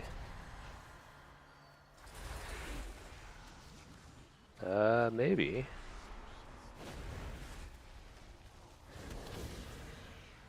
Maybe not.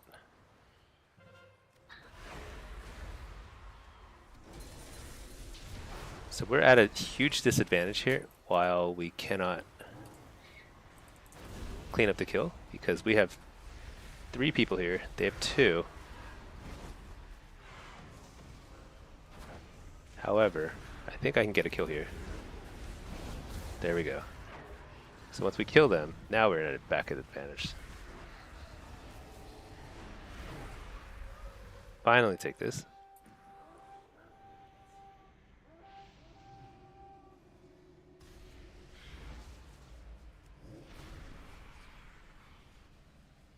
Okay. What is in this thing? Useless stuff. So Clinton, sorry, I got distracted earlier. I don't think it's super worth it. I mean, if you're like pushing for rank 1, then you're gonna need every single advantage possible. If you're in the AWC, yeah, every advantage possible, go for it. Anything short of that, I mean, you might get marginal benefit here and there, but you know what? You'll get a lot of benefit out of the other thing too, Will of the Forsaken. It's not bad. Alright, gotta get a fear here. Okay, that guy just pieced out. It's like I'm out of here.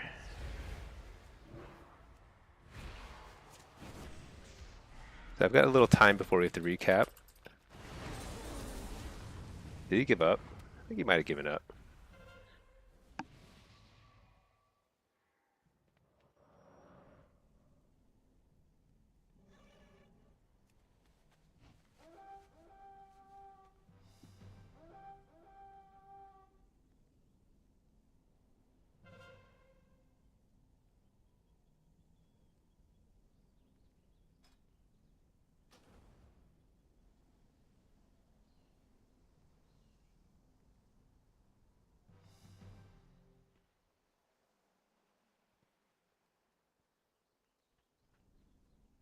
Okay. Just texting a bit. So I think after this game, probably going to wrap things up. Got some family in town, so we're going to do some stuff. Get some lunch going.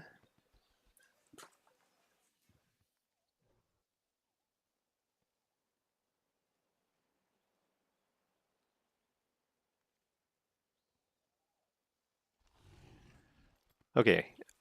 Yeah, I was AFK a second, but let's see what's going on here. I think the big fight is over mid. We haven't really taken these at all. But as long as we keep winning Lumber Mill and they keep sending people here, I think we're going to be in good shape. Eventually, we're going to take something else over there. So that monk needs help. Maybe?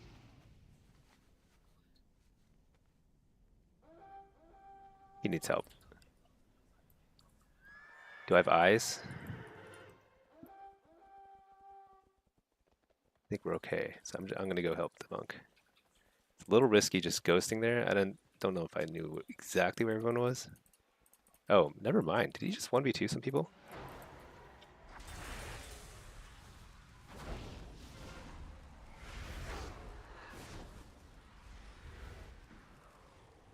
All right.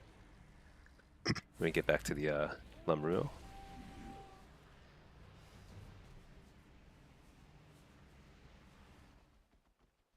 I think what's more important, Clinton, is just play what you think is the most fun. If you like the animations with undead, just play undead. You know. I played Void Elf before is now like probably the best warlock race on Alliance. Just because it's kind of cool, you know. And now it actually is really good. But it says lucky, but I think it's more important to play something that like you can tolerate looking at. Unless you're playing a stealth class, in which case you have to play Night Elf. It's just a requirement, unfortunately.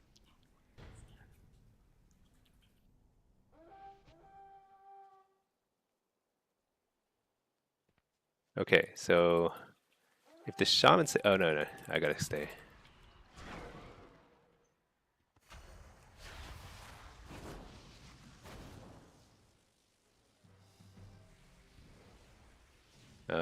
All right, so this caps in just a few seconds, so I can leave now.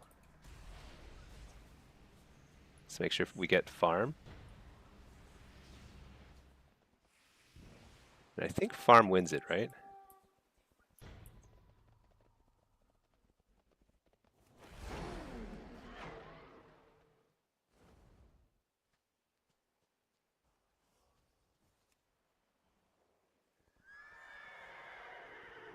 Because now we have, I think farm wins it.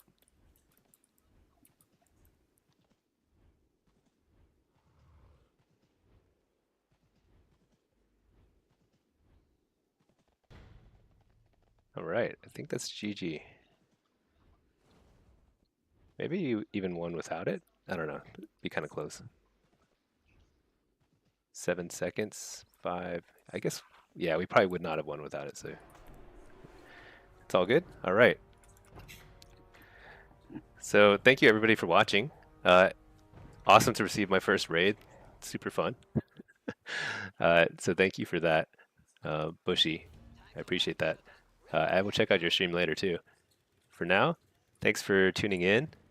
I've got family in town this week, so I'm a little bit intermittent in my streaming.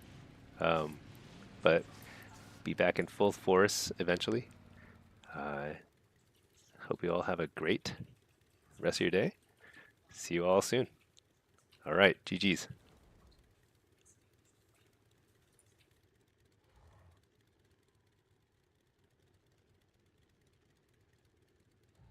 There's a cache of resources nearby.